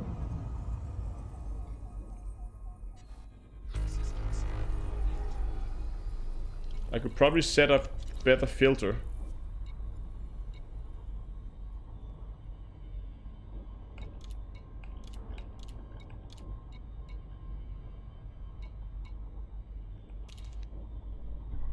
There we go. Now we only have the interesting stuff in this one.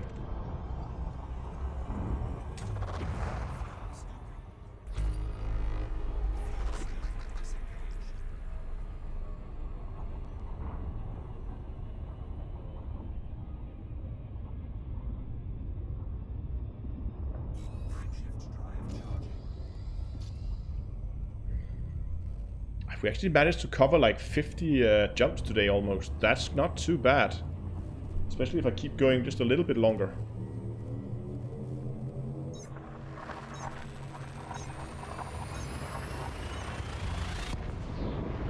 Yeah, I think you're right, Recycled, that Nvidia has basically killed SLI support.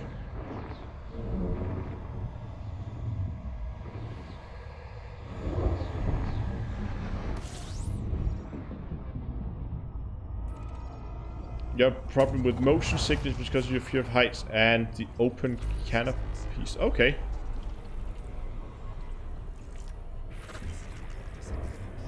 Yeah, a lot of people unfortunately still get motion sick in VR, and I don't really mean a lot of different companies are doing a lot of different experiments to try and figure out how you can reduce it. But at the end of the day, I think the only way to really remove it is if you get a moving seat, so you actually move around to try and remove that confusion from what your eye sees and what your body feels. But again, that is a much bigger investment and a lot more bulky hardware than just a headset you put in your face. They're having a dedicated chair for it, I guess.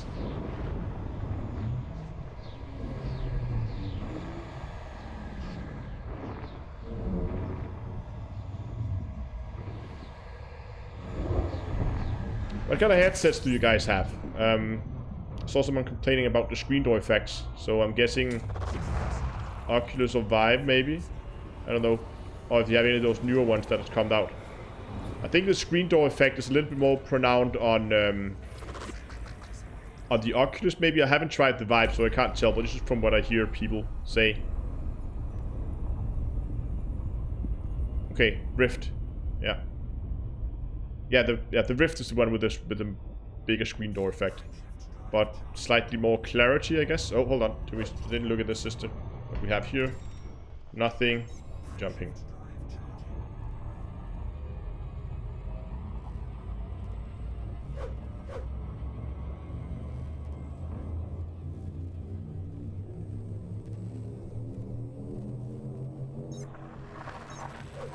Yeah, I think I'm gonna skip this generation of headsets and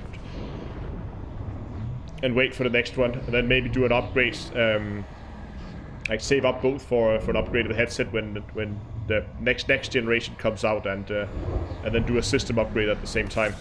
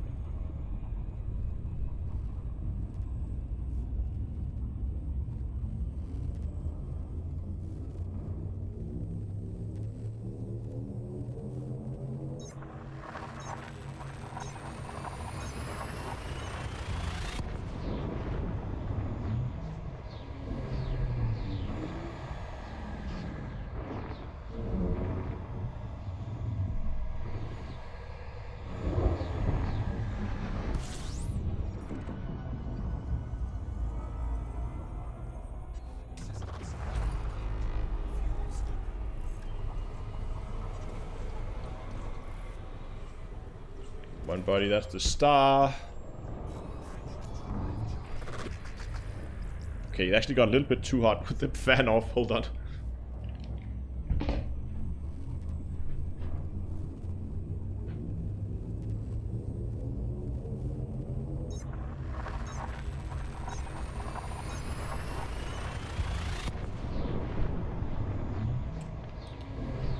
And back again.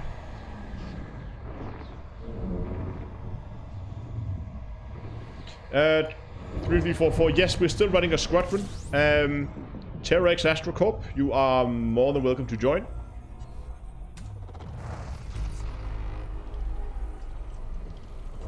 If you just go and search up Terraforming Astrocorp or TEAC, T-E-A-C, then it should show up. And next time I'm on my main character, I'll make sure to admit you guys if you want to join.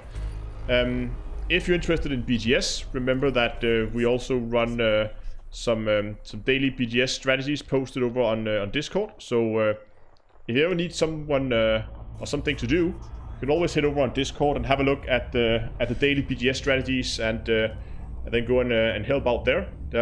Like, that's the fun thing about BGS. Like, the tasks change every day, or almost every day. So one day you will be fighting a war in one system, protecting your system control, and the next day you are out trying to undermine another faction in another system to push them out of a station or something like that.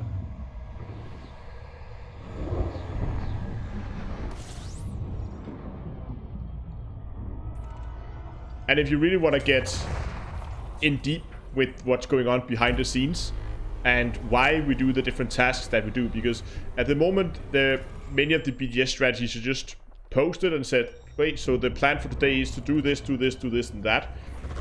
But of course, there's a lot of planning going on behind the scenes, and we have a lot of really knowledgeable people about BGS and why the different decisions are made.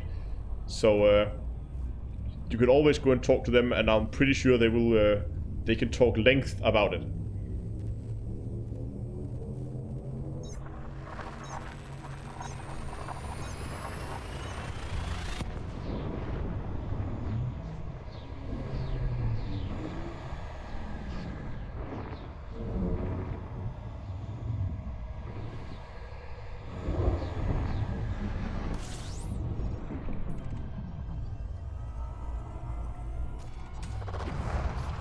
$62.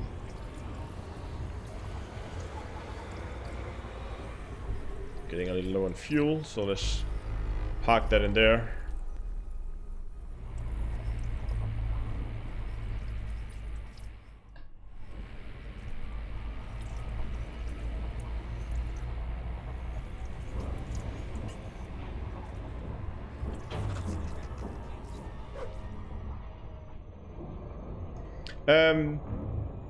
If you want to join, again, as I said, just go over here, and you go into Squadrons, and you can then search up TEAC, T-E-A-C, or just Terraforming Astrocorp will show up. And then there's a link for Discord. This is where we organize all the different tasks and all that stuff.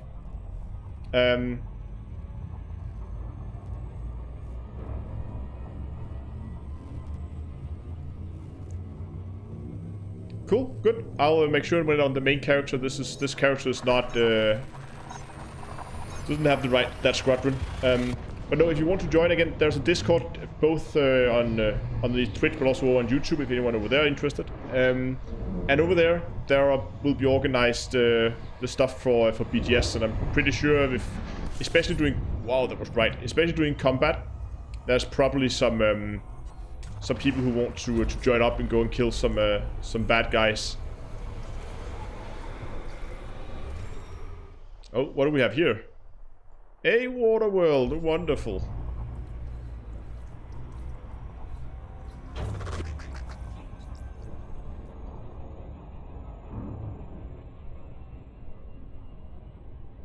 If we lose the election, will there be a cooldown? Yeah, there is a cooldown, but it will also take us time to re-engineer a new election.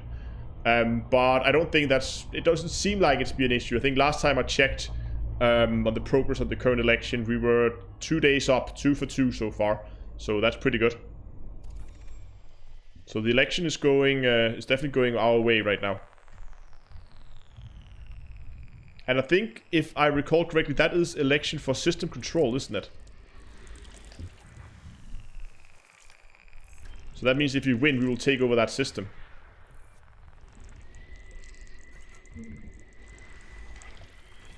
Oh, where was that? I didn't even look. Ooh, that's pretty.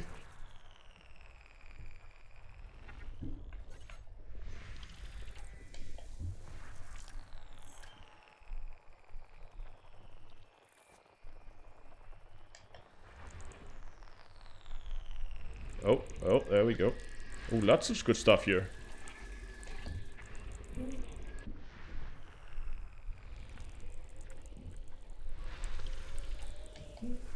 No water worlds yet, though.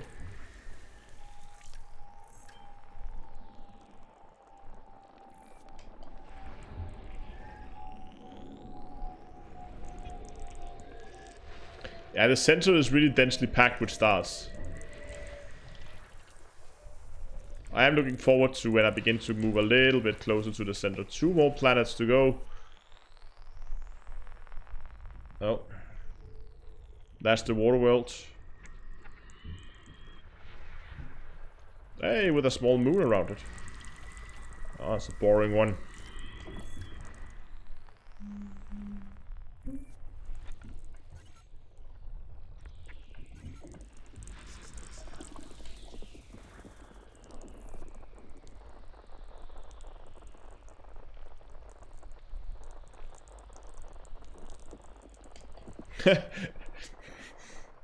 Europe Steve says, 200 hours in and I don't have a bite for the FSS scanner.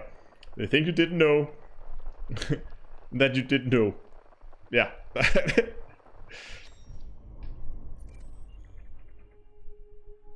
Which one was the water world? Was it this one, right? Oh, and it's a candidate for terraforming. Nice.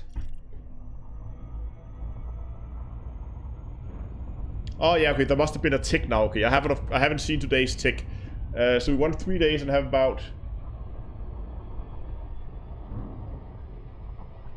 Okay, we have won 3 days and we have a decent number of election missions completed. So yeah, okay, we're probably on the road for mission of a system control then.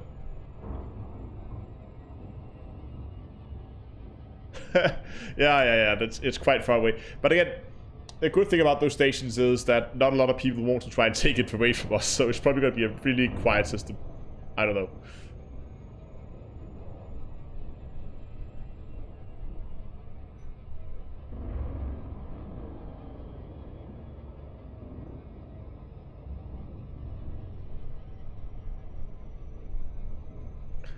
Why did they build around the secondary star? Well... privacy, I guess. What power play on your site with? My main character is with Duval and has been for quite a while, but that's just because I keep forgetting to do my merits. I just joined it because I want the prismatics and stock up on prismatics again, but I keep forgetting to do my merits. why am I mapping these planets? Because they're valuable.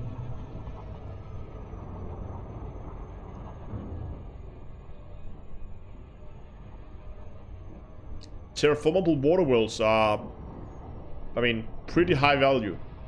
And if I can get the efficiency bonus and first discover on some of these, I mean, someone could be an ass and go and follow me and scan all the same systems as I do and then go in and hand it in, because it's going to be weeks before I get to a station, but... money and fame, exactly. It does look pretty though. It looks a lot better when you get up close than it did on the scanner. What are we looking at? 7. So we're going to do that 5-star thing again, where we go above and below and above and below and above, and then one right there behind it. How do I know if the planet is valuable? I know that based on the... I'll show you when we're done scanning this. Based on the type of planets. So high metal content worlds that are terraformable are often quite valuable. And, oh, I made a mess of that, didn't I? Nope, I got it. So this is a water world, which I could see when I scanned it. And it's a candidate for terraforming, so that means it's a pretty high value planet. We can look at some of the others. Here, for instance, we have a high metal content. That's also a candidate for terraforming. So that could also be a... get some pretty good cash out of that one. Yeah, as Dodger says, 3.22 million for a terraformable water world. I don't know if that's including the first discovered, because you can see this one has not been discovered before. So this one could be a good candidate to scan that as well. The other ones are not terraformable, so just for good measures, we're going to go and scan this one too, which is going to bring in a nice amount of cash as well. So you can see on a night like this, when... what are many... I mean, how many have we found? We found like 5 water worlds or something like that. 4, 5, something like that. Plus a lot of terraformables. So we probably made in exploration data, I don't know, like 15 mil, maybe more, because we also have all the discovered planets and all that stuff.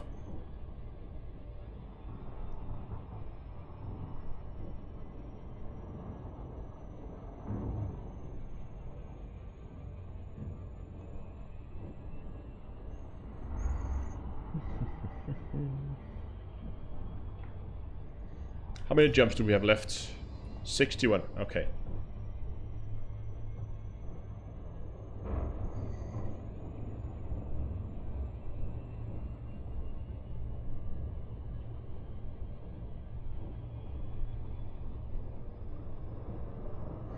Thank you, Hashtag, for dropping by. Have a great evening. You too.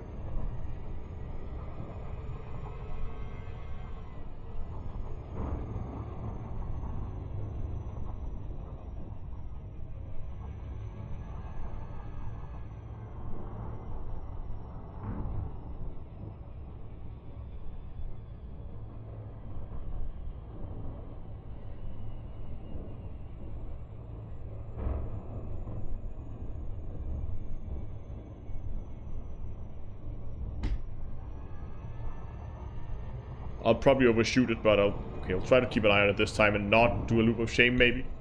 We're lucky. For once.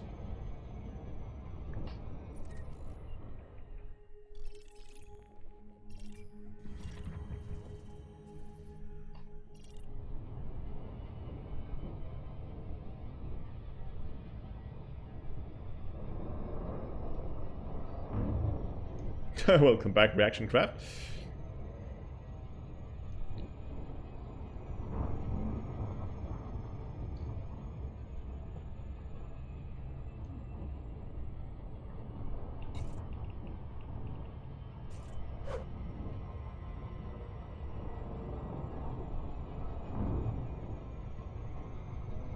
Okay, DKY, what, I don't know if he's watching the live stream. I haven't seen him in chat, I think.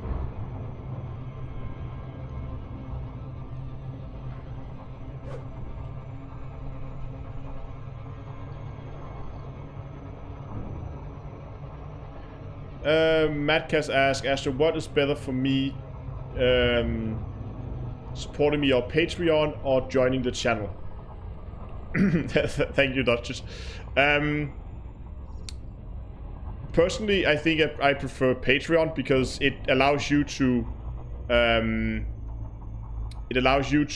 like customize a lot more the exact amount you want to support with, rather than the joining, which is just a oh,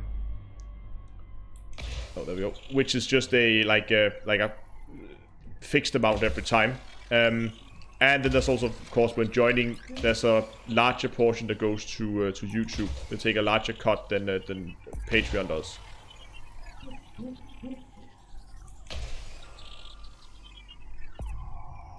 The main reason why I have the whole join thing enabled is some people they prefer that over Patreon.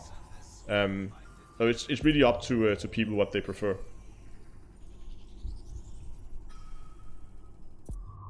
Oh, almost got it perfectly that time.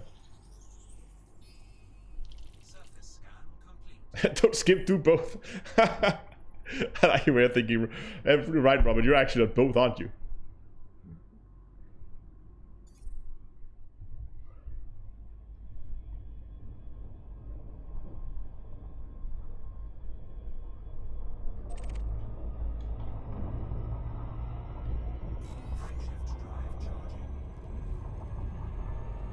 Oh, that's not the system we're jumping to.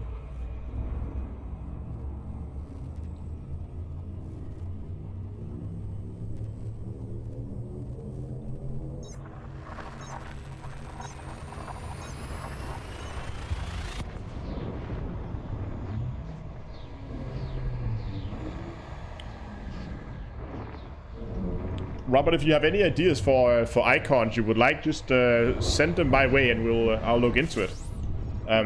I just picked some out that I think, I mean, the logo makes sense, and Carlos should obviously be there. And then I guess the elite icon and the Federation Navy thing was a Federation and an Empire, because I had those lying around. But if you have ideas for icons, by all means, send them my way, and we'll figure something out. Or, I mean, if you don't have, but you just have ideas, again, feel free to send them my way, and we can definitely sort something out. Why do I fly with one pip to weapons while exploring? Because I at some point had reset my pips, and then I just put all pips to engines when I needed to move. And then it ended up in that situation. So, not for any particular reason.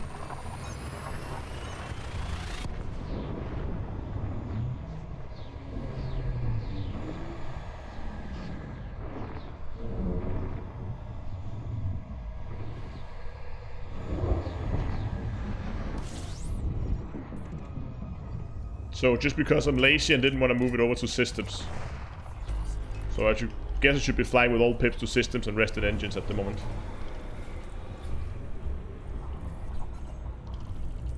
Where are we at? Oh, what do we have here? Ice Body and Gas Giants. Moving on. Okay. Almost at 50 systems. Hello, DP. Good to see you again. We are getting pretty deep into Hawkins Gap now. That's pretty cool. that sounded so wrong. At the moment, I got like that didn't sound right.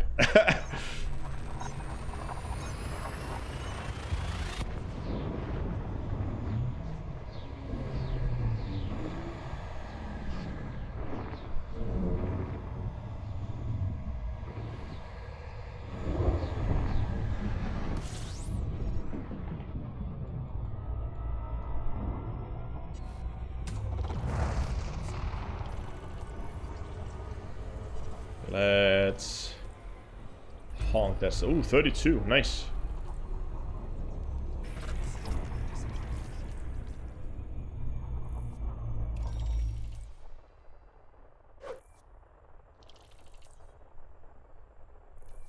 Oh, what do we have here? We have a single water world in a system with 42, but that's gonna take a while to scan. Let's go. Yeah. Alright, reaction craft.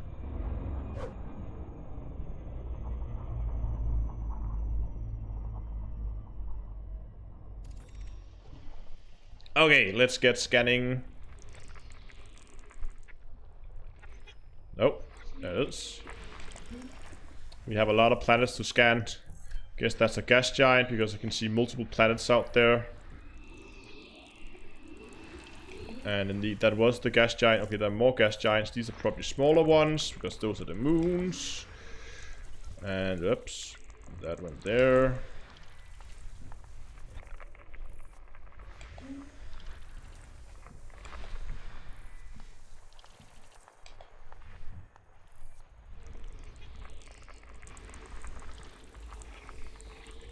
What's the furthest I previously explored? I think flown myself is probably the core. I never been flying to Beagle Point myself. I have joined other commanders who were at Beagle Point, and joined them in multi-crew and have a poke around out there. But this is my first bigger exploration trip in years.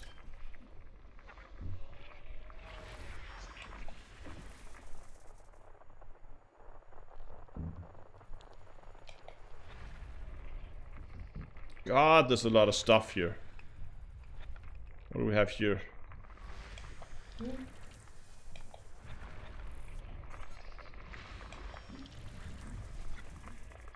Okay, because that's the other solar system, that's why. And it just has all the things, and hopefully not the water world, because I don't want to fly all the way to the neighboring star to get that. And what do we have here? There's another one.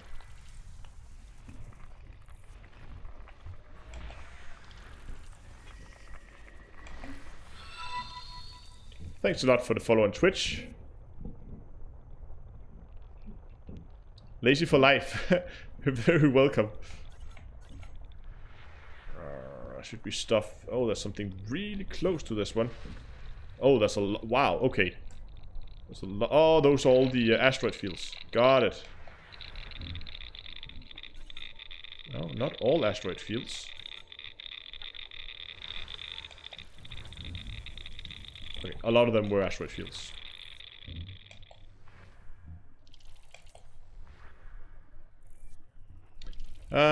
Yeah, hold on, I'm not reading, I'm not paying too much attention to chat right now. I will be in a second. There's the water world. No, is that a gas giant? Oh, it's the gas giant. Damn it. The water world is probably the one next to it then.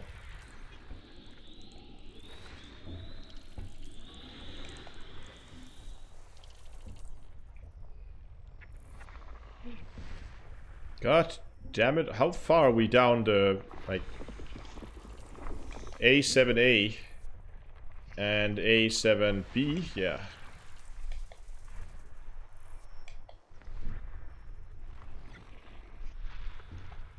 Same thing here.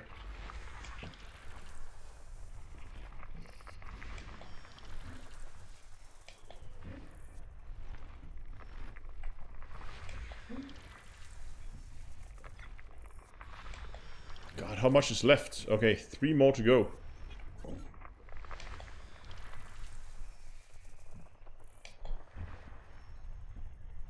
Oops. There's the water world. Perfect. Then we need to locate the last little ice rock.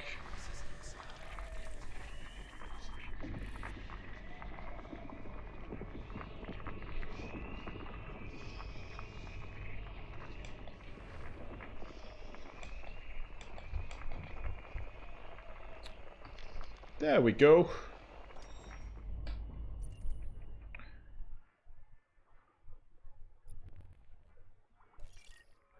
Where's the water world? Is that it? That one? Ice world? There's the water world, but it's not terraformable.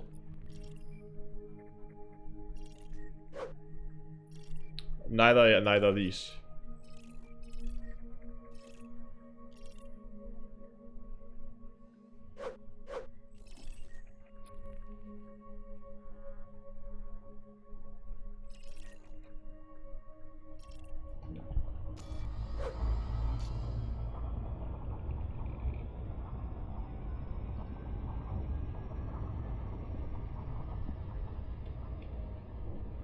Okay, let's Pay a little bit of attention to chat again.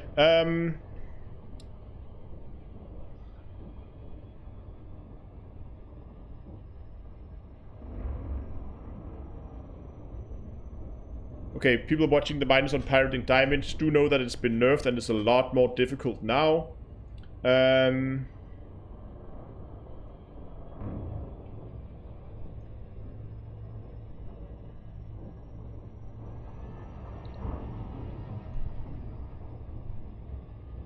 No, I agree that Waterworld doesn't look healthy.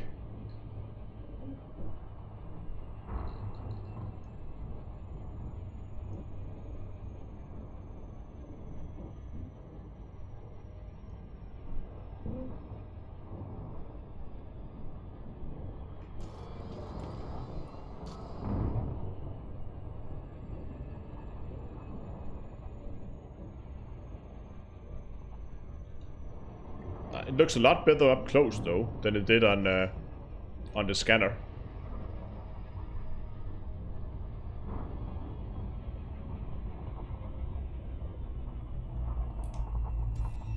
Seven again, so one there, slightly above. Oh no, not there. There, there, and there, and there, and there.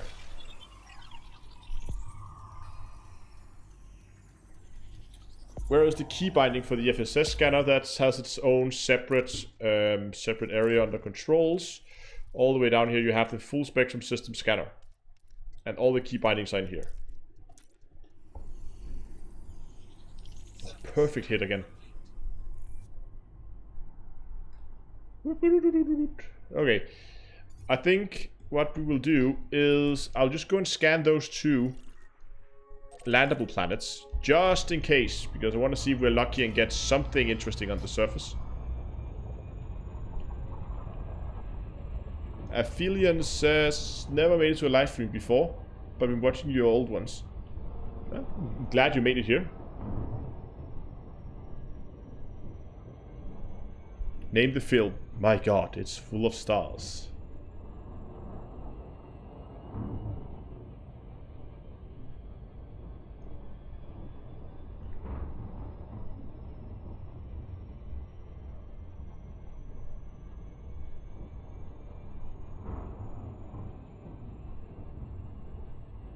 The water is Terraformable is doing it on its own. Didn't look at that planet in detail even. Let's have a look if there's anything.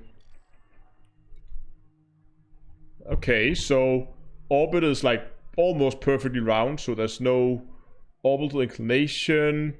Axis tilt is pretty good for seasons. Rotation, oh, it's tightly locked though. Look at that. So you see here the orbit period and the rotation period is almost identical, meaning that it's tightly locked just like the moon is to the Earth, making it that it's always the same side facing the star, which probably isn't good for the... So there will be like one side that will be in permanent daylight and one will be in permanent night.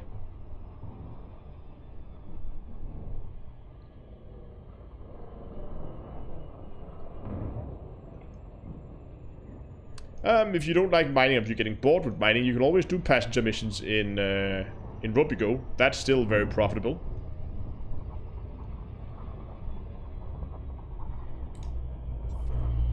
Okay, 6, that's easy.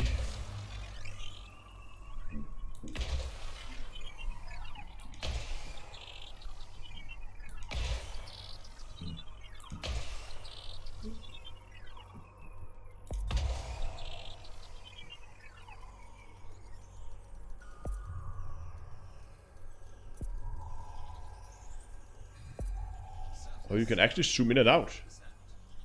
Ah, the more you know. Ah, that back one wasn't the best shot. Oh, we got geological sites on this one. Didn't even notice. Did it have... We have silicate magmas. What about this one? Here we have iron magma. Wow, that planet is hot. That's not even funny. That's like 550 degrees. I mean, we basically have iron, molten iron spurring out of it. I gotta have a look at that.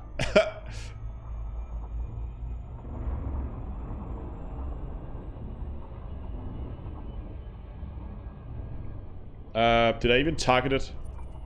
No, I didn't. Let's land. I agree. Let's go and have a look at that. It's gotta be toasty. So I guess molten iron would be what? Not quite lava, but close.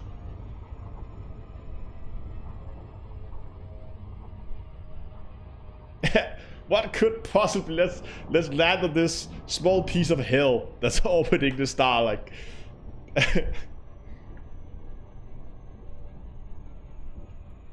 What's the gravity like? Ah, perfect for driving. Nothing, nothing too serious.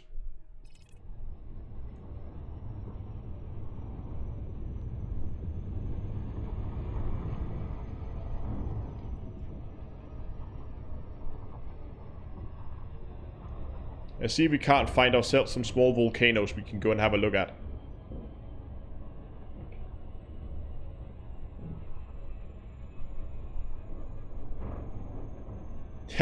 Yeah, exactly, Dushes. It would melt the SRV tires, but my SRV tires don't touch the ground for more than a few seconds at a time anyway, so it would probably be fine.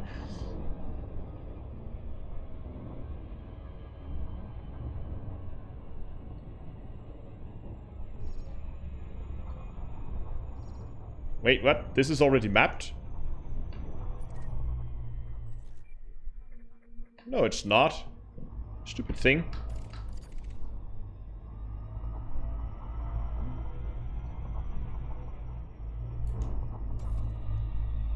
Okay. 4 probes.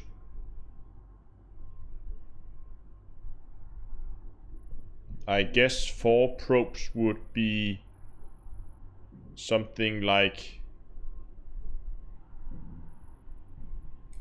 there, there, there, and there.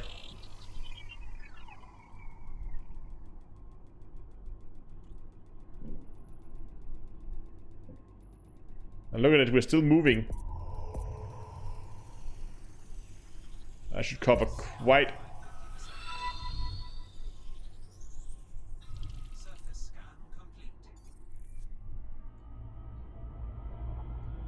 We got a few geological sites. Just have a look. Okay, we are on the site. So we're just gonna pick number 3 because it is on the lighted side. Should we pick one closer to the... No, let's pick this one. This one should be good. Can the python swim? Nah, not so much.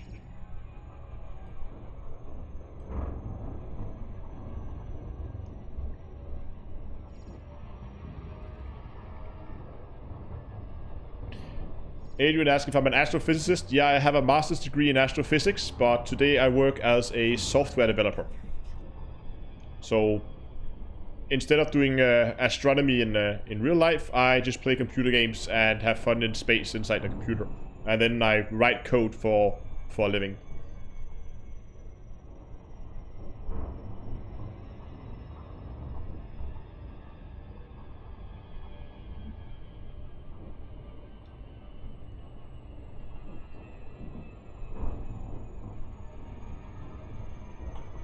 No. If we're gonna land on this, like... hot molten like piece of whatever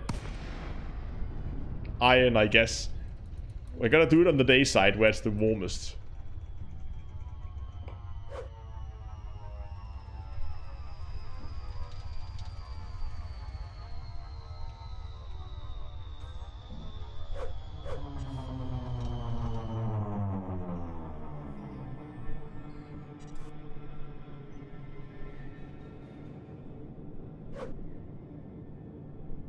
That's our magma site?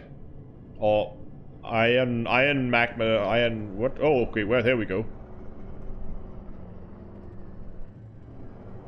Okay, gravity is very manageable. Landing gear down.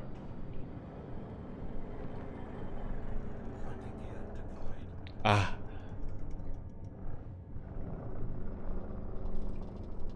Nothing better than molten iron vapors. You know it's hot when your iron is vaporizing. Not just molten. No.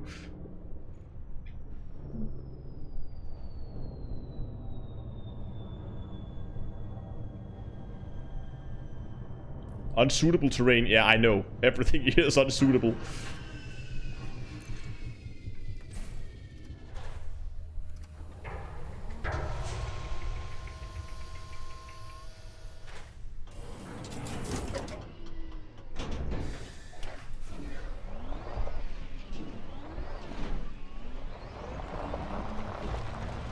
It's nice and flat though. It's a good site.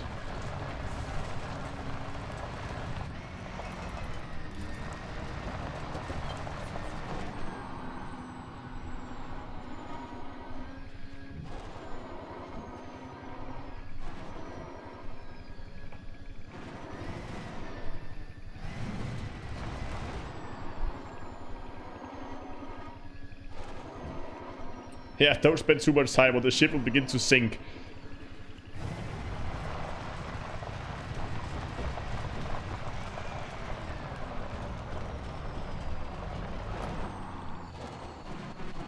Yeah, there wasn't enough room to bring a second SRV.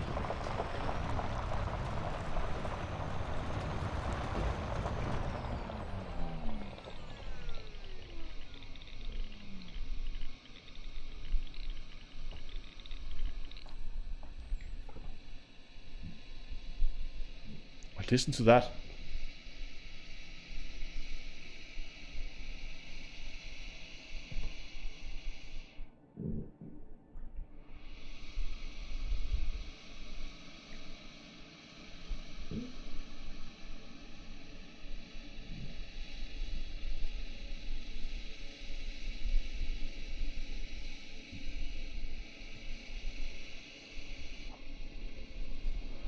Go to one of the bigger ones over here.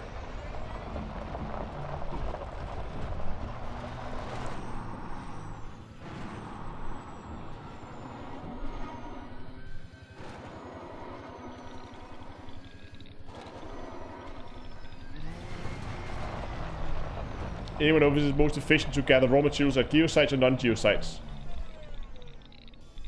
I would definitely see geosites. Because it's easier to find the high-grade materials. Like, what do we have here? We have like a crystalline thing we can take and shoot that up, which is probably good.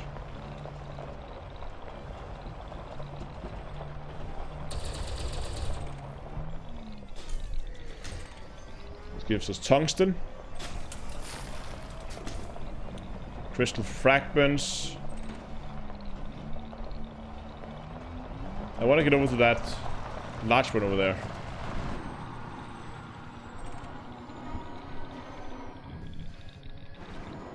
Oh, no. Don't fly into that. I only have one SRV. Oh, needle crystals. See, this is what we're looking for. If we were looking for materials. And it was not just goofing around.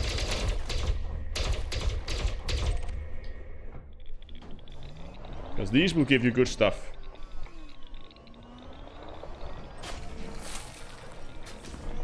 But I have to see this.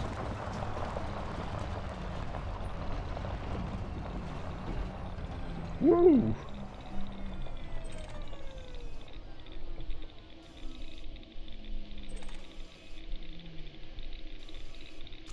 Okay, before we go any further. Okay, I do have enough to do SRV repairs.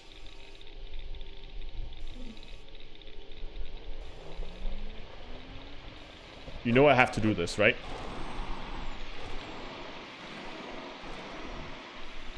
Okay. Nothing happened to the heat when flying over it, so that seems okay.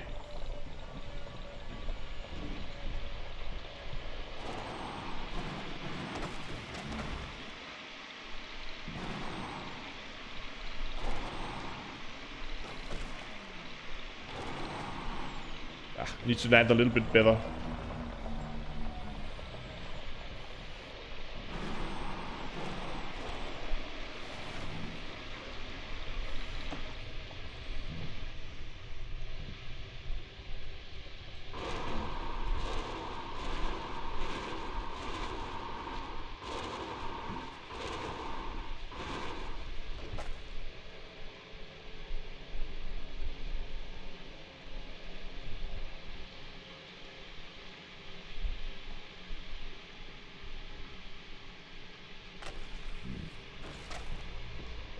See if we can land this on top.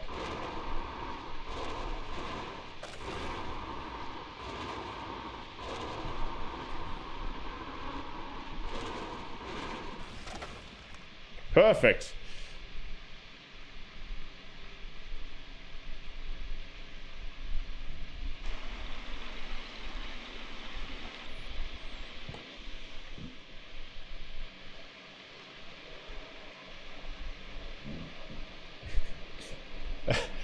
Take a screenshot of that and say, I think my SRV overheated.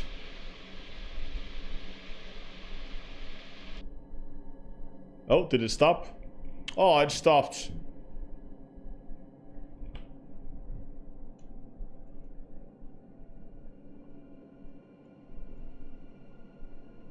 Now that's how you vape.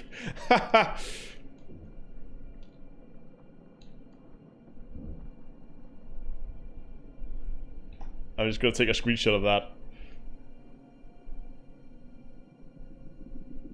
There we go. From this angle, when you can't really see the rock underneath, it just looks like the SRV is basically burning.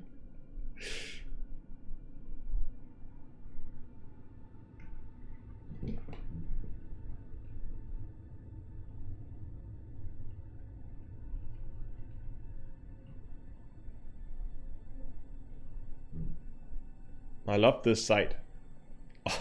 Can't even see the SRV.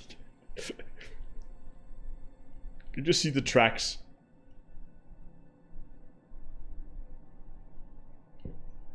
But SRV burned out because all the grinding. But there's an SRV somewhere down there.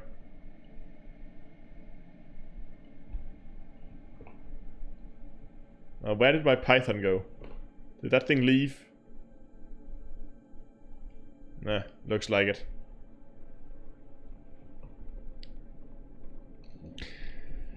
You know what? I think this would be a...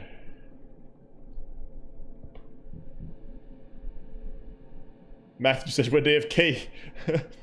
Oh, yeah. Okay, so the Python has sunken into the ground because the planet was too hot. Carve your initials in the dirt. You know what?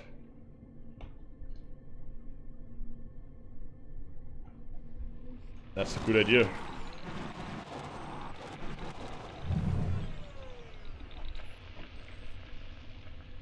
Just find a good spot. I think out there would be good.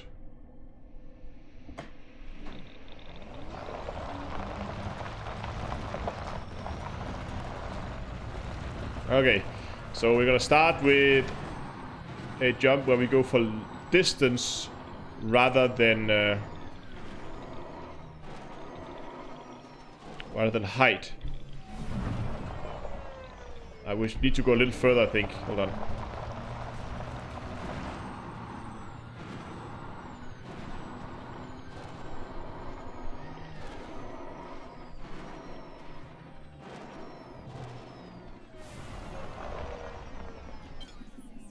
Okay, so we landed, and we already made the beginning of... Oh, that could be way bigger. Hold on.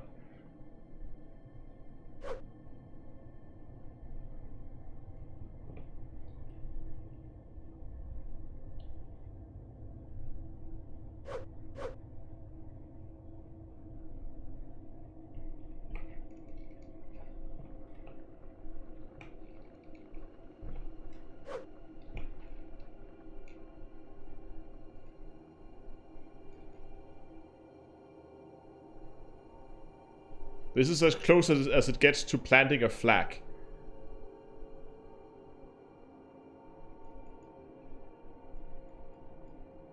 See, now I messed up, because now I have to...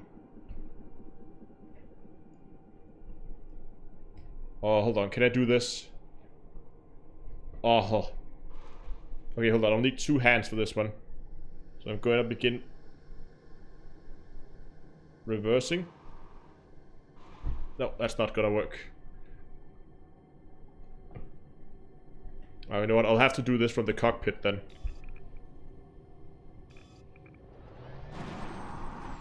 No, no, it's not working.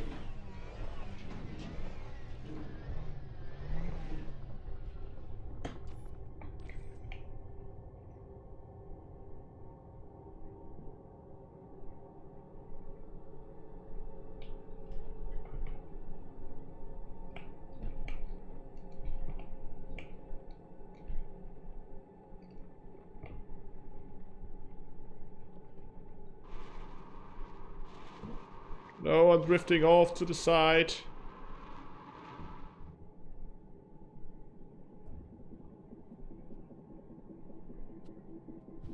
You don't make tracks when you're not moving. Okay, we got out of frame.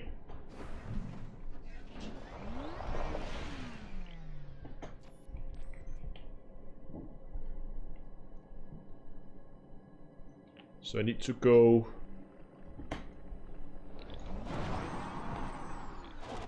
about there, I think. It's not too far off, that's okay actually. We can work with this.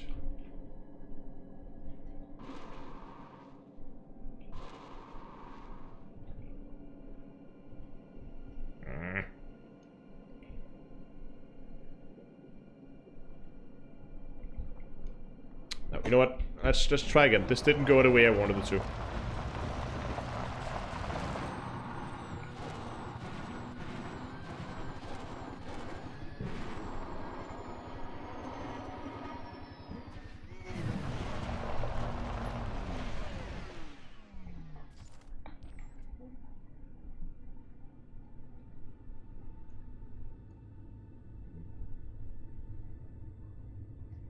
Okay. Let's just to start by putting that there. Let's try this again.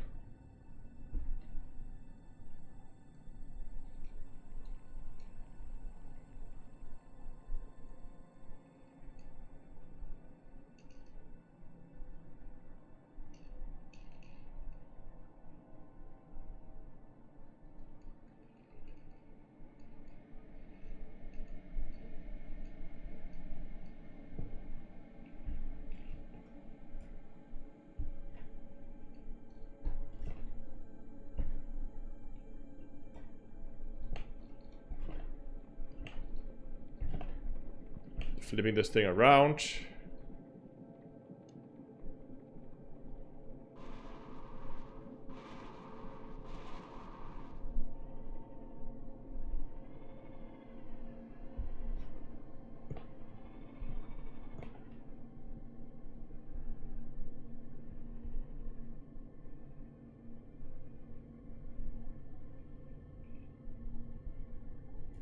How do you make a 2?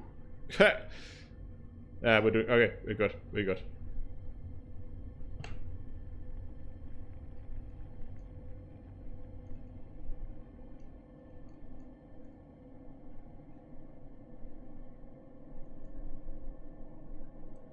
There we go.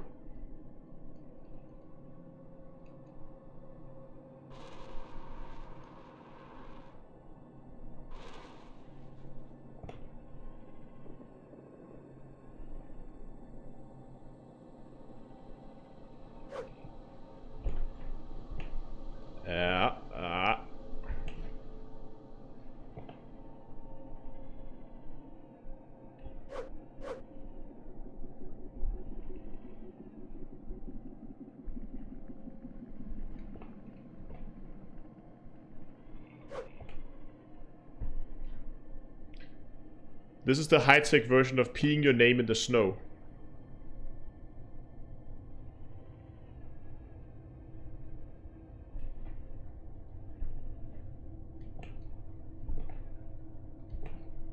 Come on.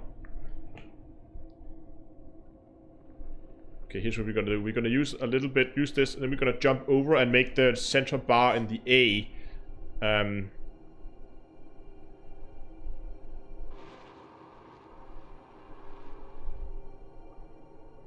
Which is apparently gonna be there. Not sure how well that's gonna fit, but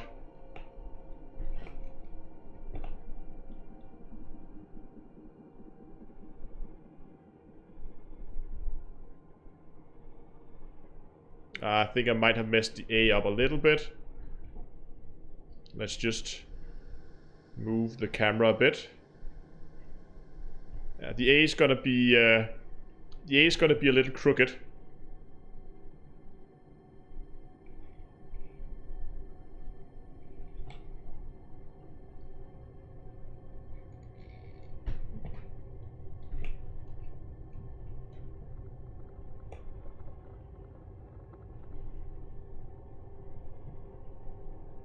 See if we can save it here.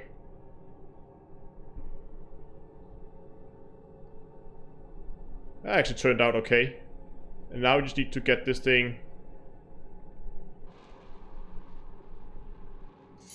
out of frame. There we go. Remember Carlos? Yes, Dungalore, remember Carlos.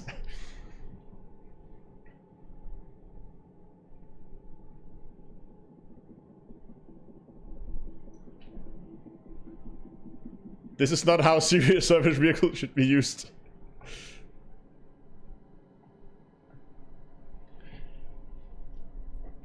In case anyone is in doubt, I now claim this planet.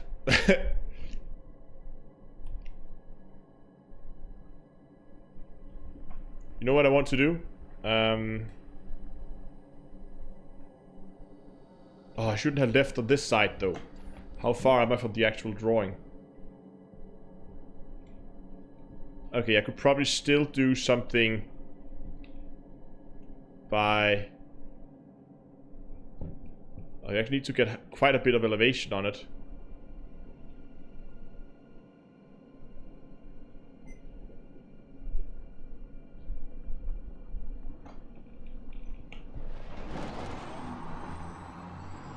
Just gonna try to get as much distance as I can right now.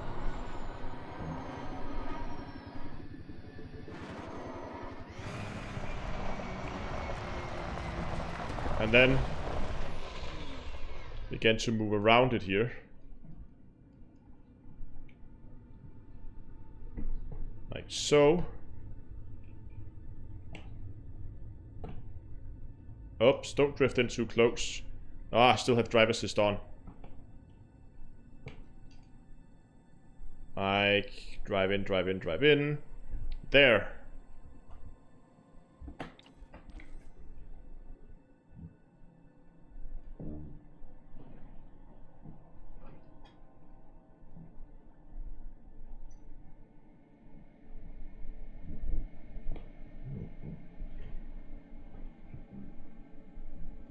Should we just have the picture of it like...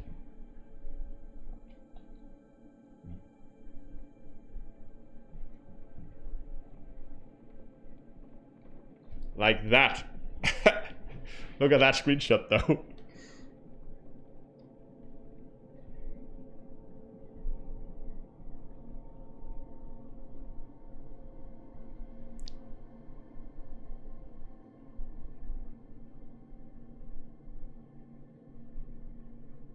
Put your ship in the picture. Well, the best we can do, I think, if we want to do that, is to try and do a recall and see where it lands. If it lands in frame,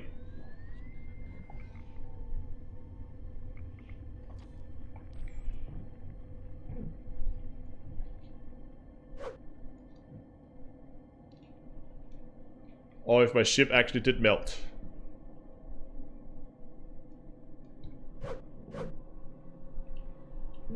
That's true, Dongalora. It could be a good channel banner as well if we get more people, so we can actually get a banner in. Oh, there's the ship. Oh, I heard it. Oh, it might actually land in frame. What are you doing? That doesn't look safe. Stupid thing. Okay. That is not gonna be in frame.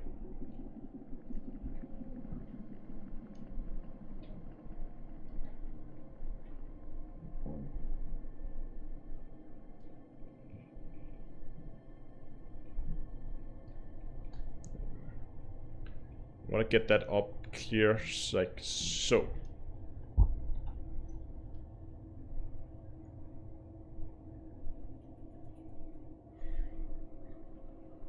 Gonna post that somewhere and say, well, I didn't have a flag, so I did the next best thing.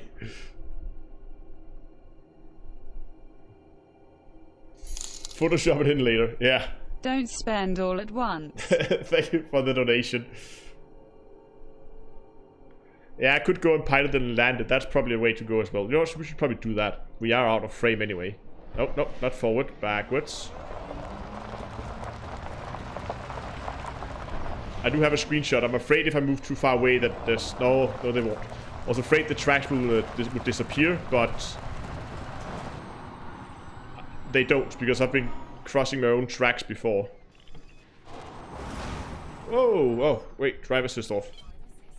There we go.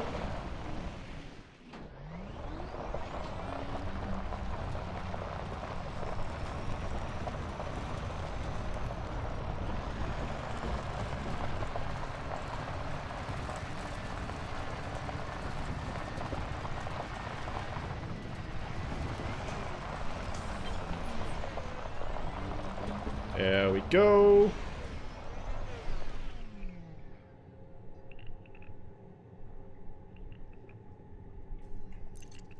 Thank you, Dutch's Asylum.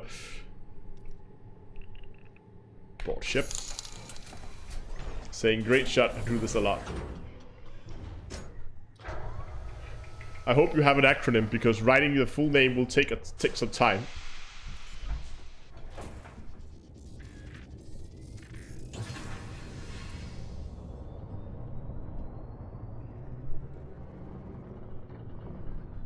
Now, where was it? There's the tracks, the SRV coming in towards the ship. There's the first drawing. There's us going out. And there's the second drawing. So let's put this ship not too far away, because we have to look at it. Yeah, the tracks will stay.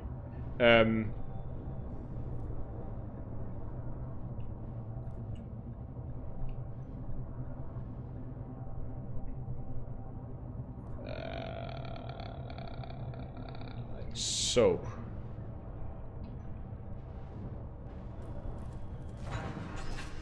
The question is if I can get enough distance from the ship. No, I can't. So I have to get out in the SRV again to get a proper screenshot.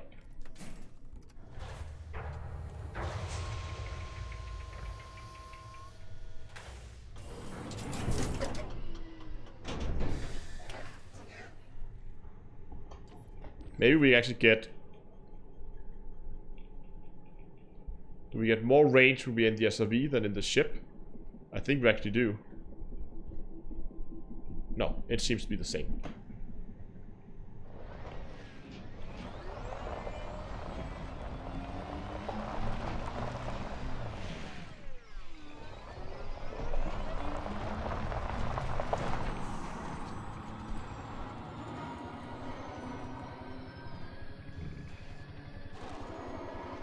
I'm finding some ways to put a mark on the world after I pass. Gone, yellow snow.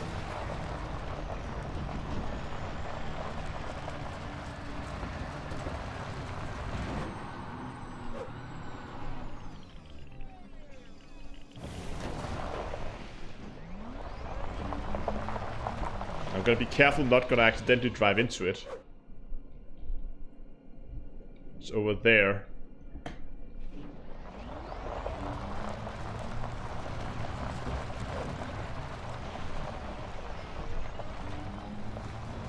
Should be able to get the good shot from here.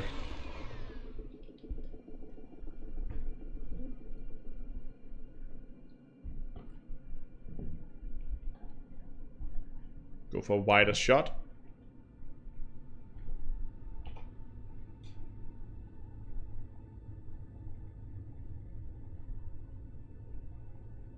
There we go. Beautiful. And with that done, I think it's time for me to call it for tonight. It's getting dangerously close to midnight.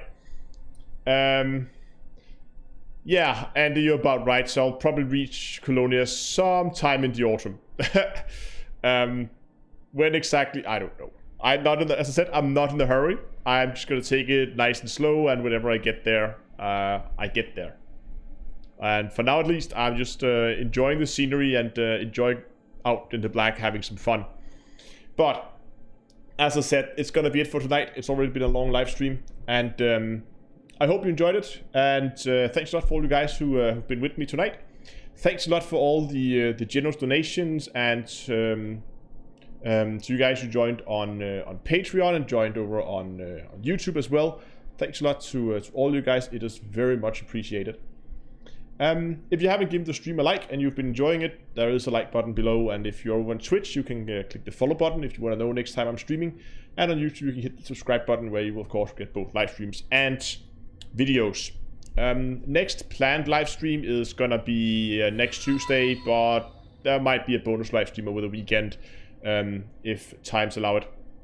But next planned live stream is gonna be next weekend. I don't know exactly what I'm gonna do. I'm not sure if I want to do more exploration, because if I do bonus live stream, then it will be a lot of exploration.